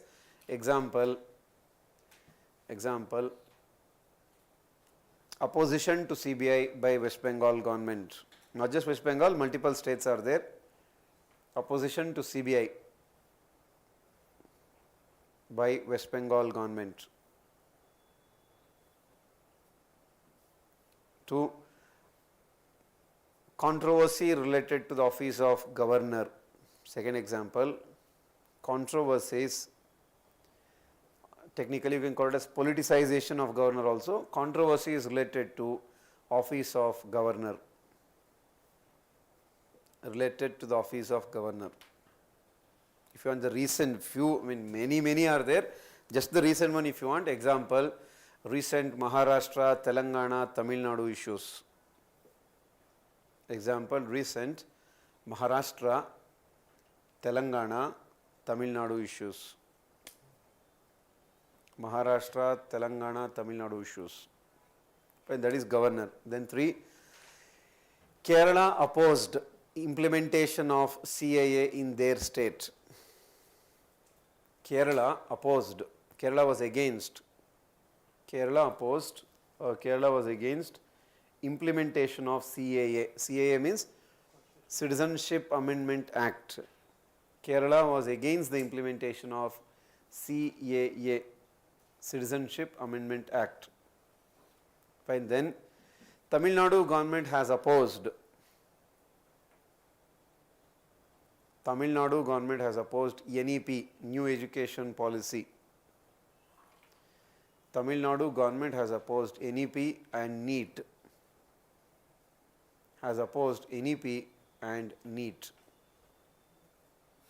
Fine. Like that, many are there. As I said, language, cultural issues, but these are few. Then horizontal.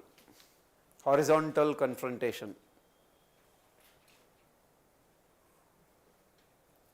Horizontal confrontation. As I said, between the states, and write examples. Interstate water disputes. Interstate water disputes like Ravi Byas, Punjab and Haryana.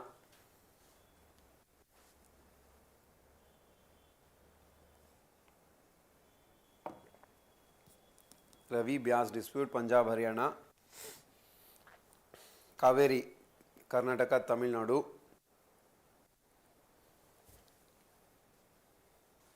Fine, there are many, Narmada, Krishna, everything is there, but just write 1 or 2. Then interstate border disputes. Kaveri dispute between Karnataka, Tamil Nadu.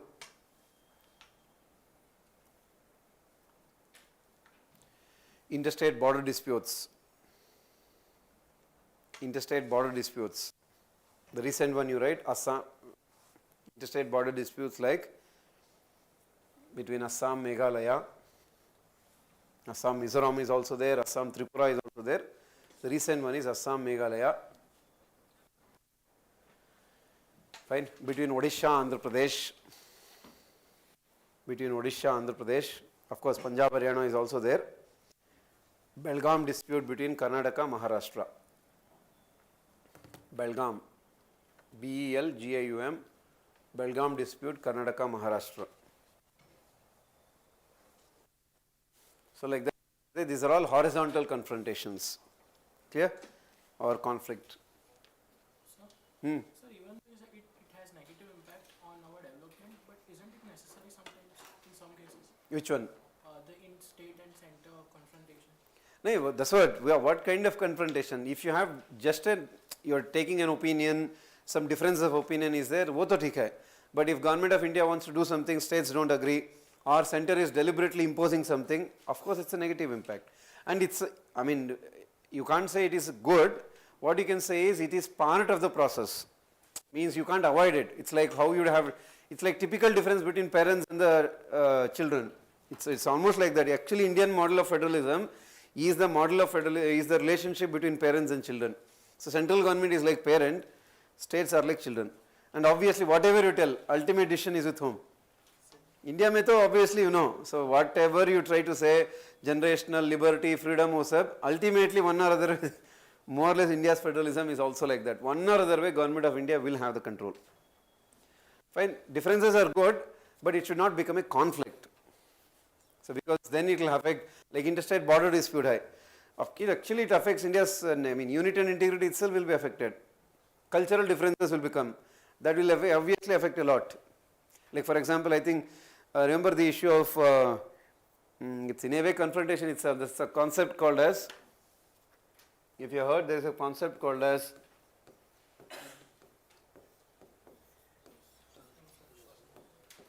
sons of soil theory. So what is it? What is sons of soil theory?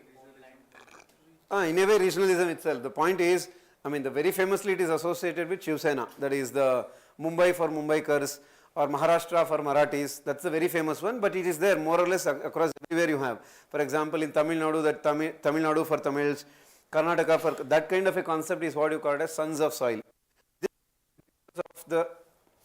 Because of a lot of this migrations, and because of migration what will happen, people will come, start settling, doing business and everything, automatically the employment issue will come, or the cultural issue will come, language issue will come.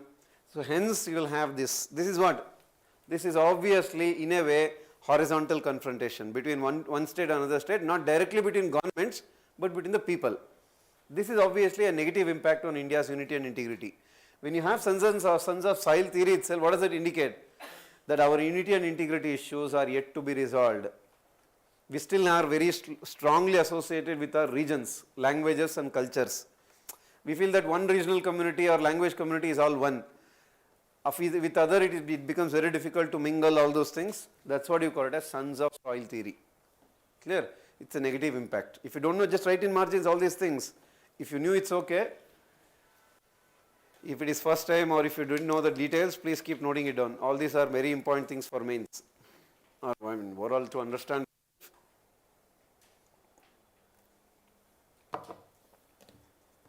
So obviously I think you can easily write. Sons of soil theory means, very just example you write. Maharashtra for Marathis or Marathas. Maharashtra for Marathi. Tamil Nadu for Tamils. Or Punjab for Punjabis, that's what you call it as sons of soil theory.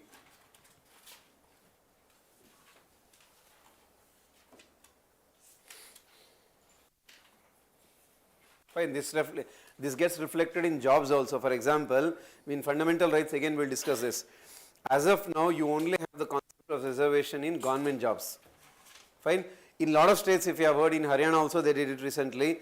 In Karnataka they have done, Andhra Pradesh they have tried to do it, Maharashtra I'm not sure, Andhra Pradesh they try to do it, wherein they say we will give reservations, or therefore they have told the private companies that you should give reservations for the locals. Local means the sons of soil. But remember, as of now, constitution does not support reservation in private sector. Supreme Court has also not upheld reservation in private sector. Hence, even if a government, say for example, Haryana told this last year, 2022 May, that you have to, if you are a private company working in Haryana, you should give jobs only for Haryanvis, what you call it as the locals there, at least 60, 70%, whatever. 75%, okay. So I think Punjab and Haryana High Court itself has stopped it. Then now now the Haryana government has again questioned it in the Supreme Court. So they will only tell, because election purposes, political purposes, they will tell it. But Constitution does not support it. Supreme Court has not supported it till now. Tomorrow what will happen, we don't know. As of now, it's not there. So next time when you hear any states telling that, okay, we'll make sure that if you come to power, only locals will get the jobs, Constitution does not support it. Supreme Court does not support it till now. So that is the idea. Clear? Other details we'll get it in our when we discuss the idea of reservation, Article 16, though there we'll discuss. Okay, so this now for the heading. What else? Federalism is left out. Fiscal federalism. Some other one is left. How many have we done? 6 or 7? Okay, then I think that's the last one. Or did we write any list? Fine. Fiscal federalism. So fiscal means what? You might have heard in economy they keep telling fiscal policy. So fiscal means obviously referring to what? The financial relations.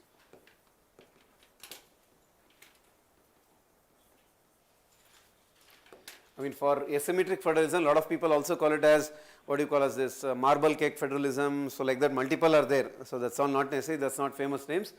Fiscal federalism. So two important bodies you have to study under fiscal federalism. One is, what is it? FC means Finance Commission, Article 280, and the another most Planning Commission, which was earlier, now you don't have it, but these are the two most important bodies with respect to fiscal federalism. So fiscal federalism ka matlab kya hai then? That means it refers to the center state and between the states financial relations between center and states and between the states is what we call it as fiscal federalism. The most important body is Finance Commission, because look at it, you have written an article. Iska matlab kya hota hai? What kind of a body is it then? Constitutional, statutory, executive? Constitutional body. But remember, Finance Commission is a temporary constitutional body. Temporary means what? It's not like UPSC. What UPSC does? Permanent. Every day it will function. Every day in the sense, don't ask me then, sir, then what about Sunday? The permanent means what? It will exist always. But Finance Commission is not like that. They will give the report, 1 and a half year, 2 years it will work. They give the report, after you give the report, your work is done. You are discontinued.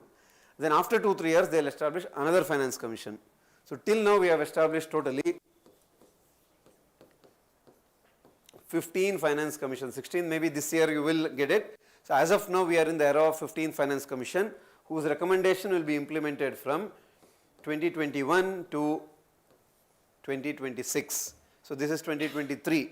So this year they will appoint 16 Finance Commission. They will give the report by 2024 or 2025. Then that recommendation will be implemented from 2026 to, ideally it was 2020 to 2025. It was like this. Because of the COVID, 1 year is extended. Fine. So it gave an interim report. All those things, I'll tell you that N.K. Singh was heading this 15th Finance Commission. So basically, Planning Commission is a temporary constitutional body. It will give the report, its work is done. So it is in charge of determining the major financial relation between center and states. Clear? Fine. And normally, Finance Commission will have so many members, that all details we'll tell later. Basically, it determines two things. One, it determines, first one is what? Vertical devolution means between whom? Sir, ये devolution क्या होता है? Devolution means in polity, take it as in simple words, replace the word devolution by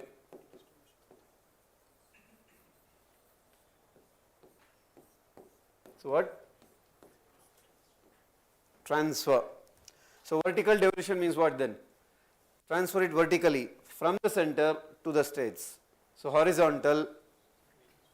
So as of now, vertical devolution is what? As I said in simple words, if Government of India earns, whatever states get, that's left to you, that's separate. But whatever, like for example, income tax, corporate tax, customs duty, whatever the government of India directly gets, out of that 41 rupees will be given to the states.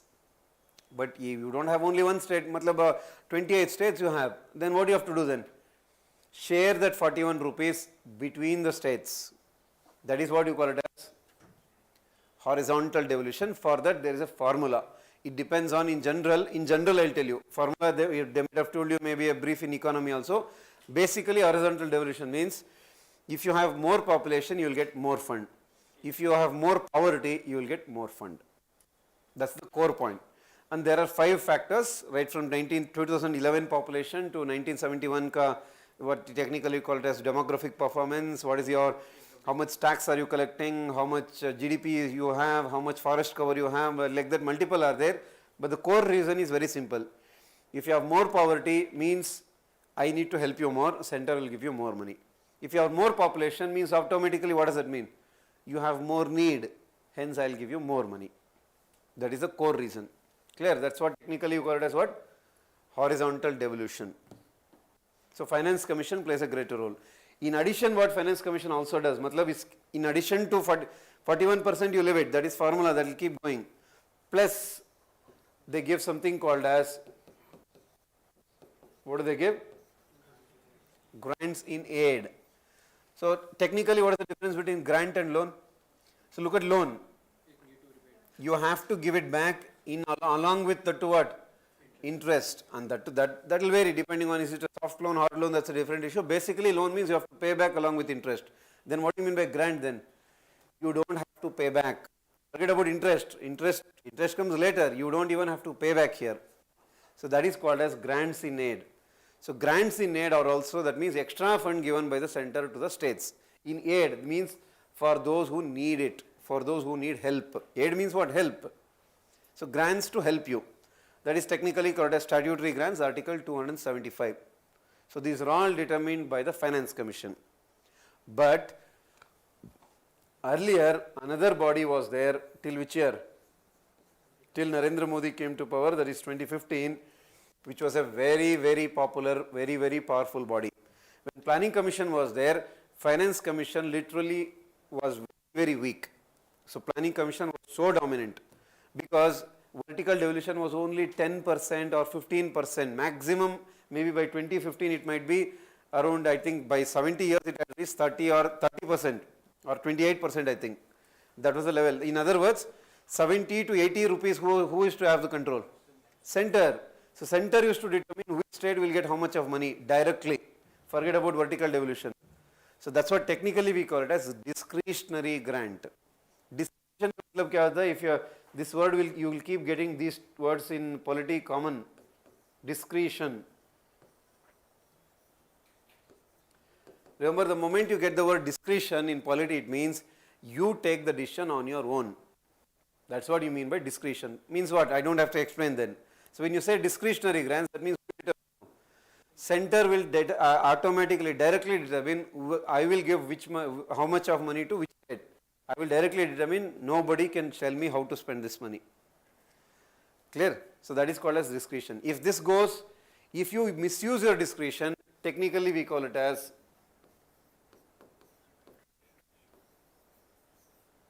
arbitrary. So discretion is allowed, arbitrary is not allowed. So arbitrariness means you are misusing your discretion, you are not using it properly. So discretion is allowed because you can't make rules for each and everything. Sometimes you have to allow them to take the decision. Okay, that's not allowed. So discretionary grants was given by center to the states, even now they give it. So when Planning Commission was there, discretionary grant was greater than statutory grant. So discretionary grant given by Planning Commission, statutory grant given by, in simple words, Planning Commission was very, very powerful body. Clear? So in 2014 what happened? Planning Commission gone. So now obviously you know which body you have? Niti Aayog. So when Niti Aayog came up, what happened? Remember, Niti Aayog does not have financial role. Means what? They cannot determine how much money should go to which states. That power is taken out. Reason is this. because planning commission was controversial, because remember this was done by obviously Narendra Modi. Narendra Modi was CM for Gujarat for 13-14 years by then. So he knew how powerful is planning commission. He knew how the states had to bargain with the center. Hence what he felt? Completely take it out. We'll establish a new system.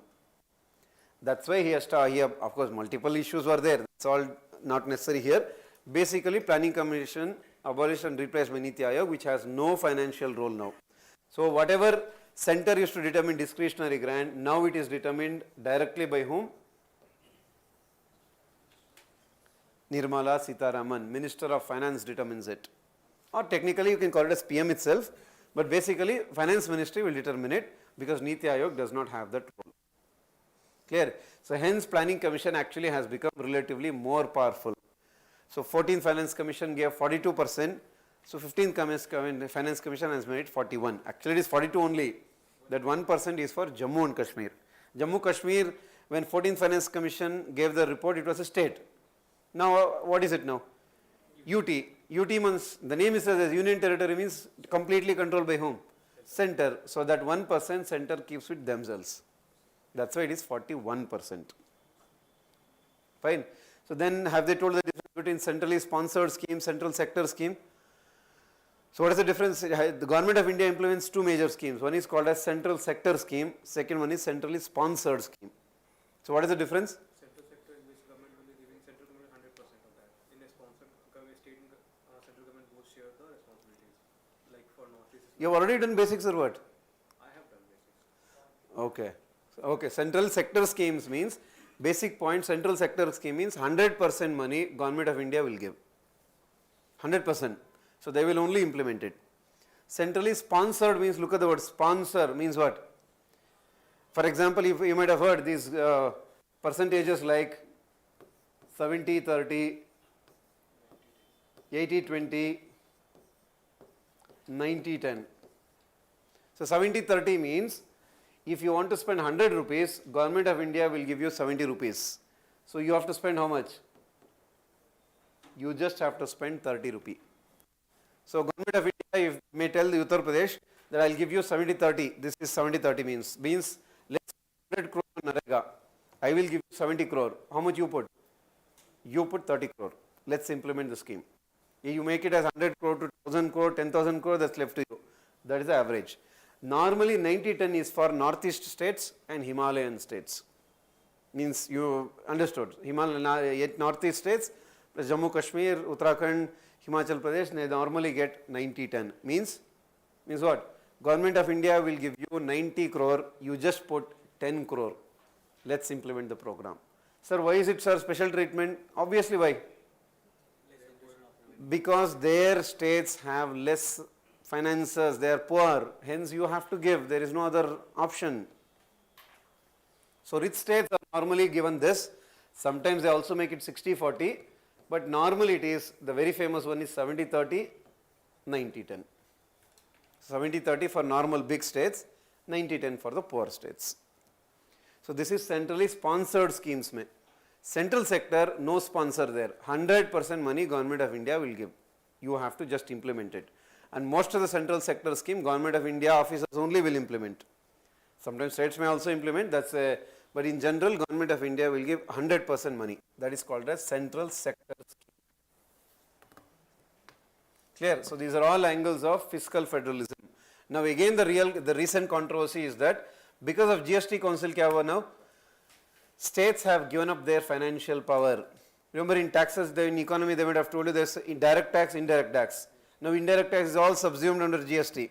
You have only one indirect tax. Obviously money, of course states also have the shares, CGST, SGST, everything. But a lot of states, for example, you might have seen, states like Tamil Nadu, you implement a lot of these free things. Free food, free this, so many things they used to implement. They used to do it because the entire excise tax they used to control. Now excise tax is still not under GST. A lot of these indirect taxes states cannot put directly. They should get the permission of GST Council. Only then you can make changes.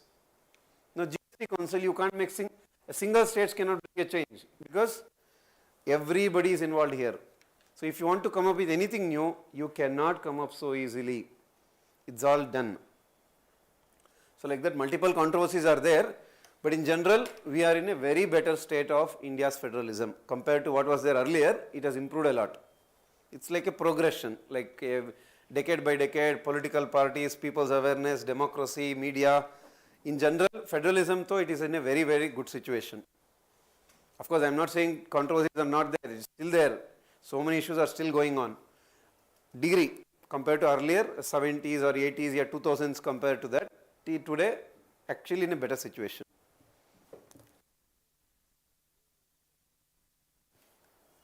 Yeah, so let's write this. This is a very important one. Center-state financial relations. Statutory grants is Finance Commission. This grants in aid. This grants in aid given by Finance Commission is itself is statutory grant, Article 275. That again we'll discuss in your center-state relations, but that's what is your statutory grants, Article 275. Well, it is called as statutory because statute means what? Law. Because Parliament will pass a law and give it to you. That's why it is called as statutory grant. That's it. Clear? Yeah, fiscal federalism, let's define it first. It refers to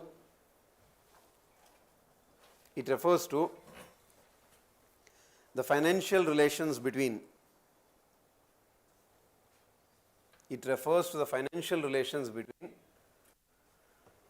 center and states.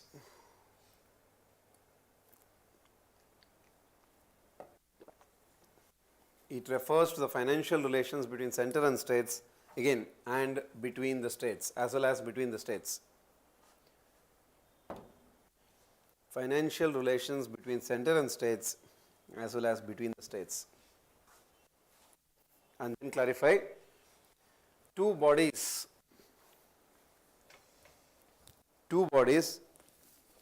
determine, or used to determine earlier, two bodies used to determine the center-state relations to a large extent.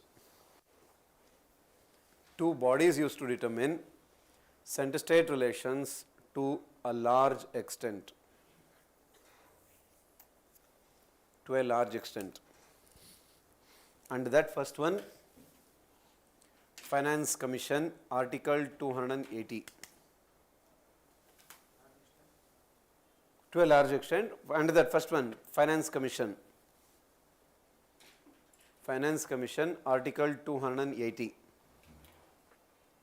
Article 280, it is a temporary constitutional body. It is a temporary constitutional body established by the President. It is a temporary constitutional body established by the President every or once in every 5 years. Temporary constitutional body established by the President once in every 5 years. Once in every 5 years. And what does that determine? It determines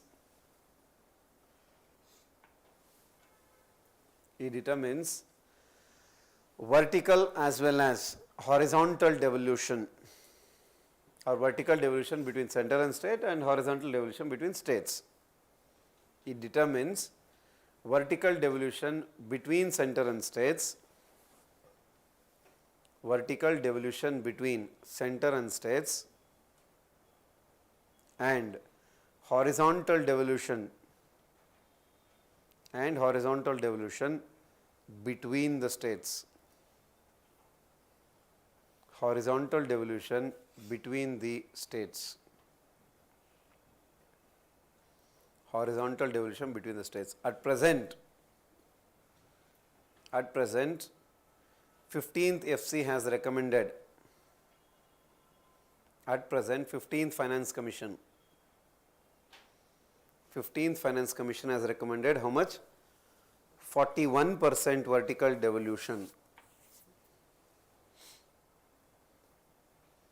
15th Finance Commission has recommended 41% vertical devolution. In margin you can clarify who is the heads and everything.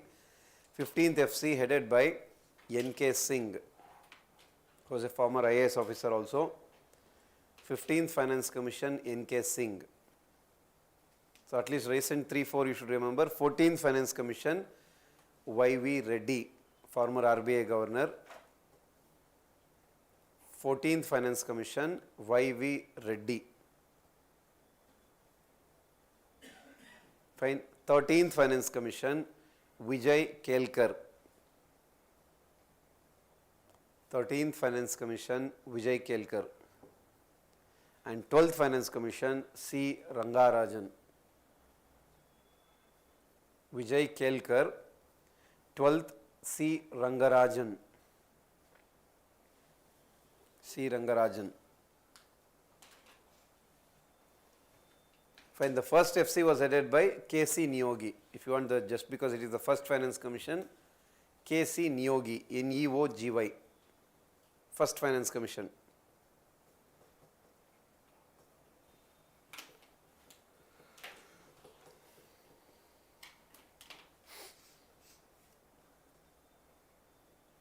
Fine.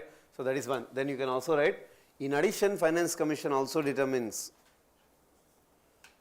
In addition, Finance Commission also determines the grants in aid, or typically mentioned is statutory grants in aid. In addition, Finance Commission also determines statutory grants given by center to the states.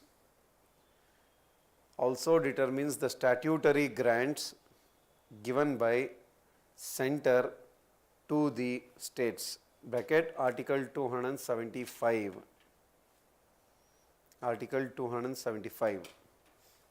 Fine. Then the second body, Planning Commission. Planning Commission. Planning Commission. It was an executive body. It was an executive body. We have already mentioned what are those. It was an executive body. It was an executive body. It used to determine discretionary grants. It is an executive body. It used to determine discretionary grants. Discretionary grants between center and states. It used to determine discretionary grants between center and states. Fine. In bracket Article 282. Article 282. Clear? Again clarify. Ideally, statutory grant should be more than discretionary grant. This is ideal, because Finance Commission should play always greater role.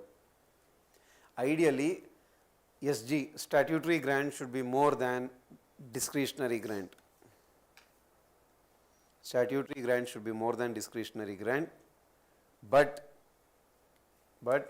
in practice it was the reverse, means discretionary grants was more, because Planning Commission used to dominate a lot. But in practice, discretionary grants was more.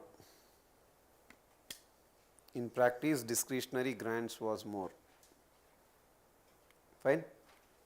Then just clarify that in 2015 below, in 2015, Planning Commission was abolished and replaced by Niti Aayog.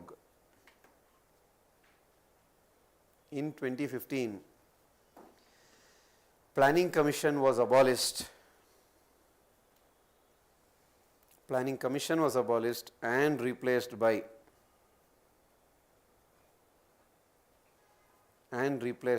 Niti Aayog.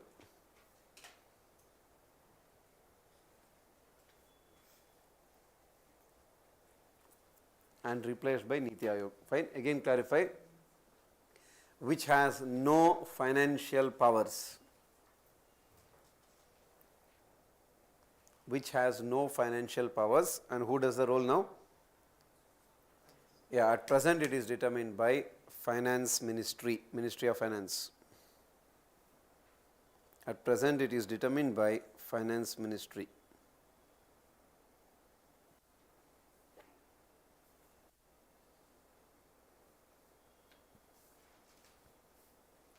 It is determined by Finance Ministry.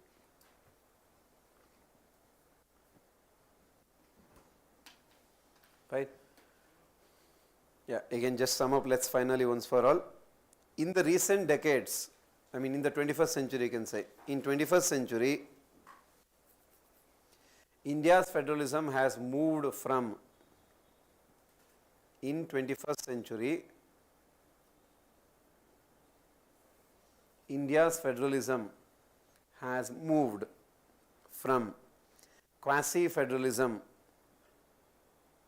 India's federalism has moved from quasi-federalism towards cooperative and competitive federalism. Because we have written so many examples, what has changed? It has moved from quasi-federalism towards cooperative and competitive federalism. However, confrontational federalism still exists. However, confrontational or combative. However, confrontational federalism still exists, which has to be addressed. Confrontational federalism still exists, which has to be addressed by both center and states,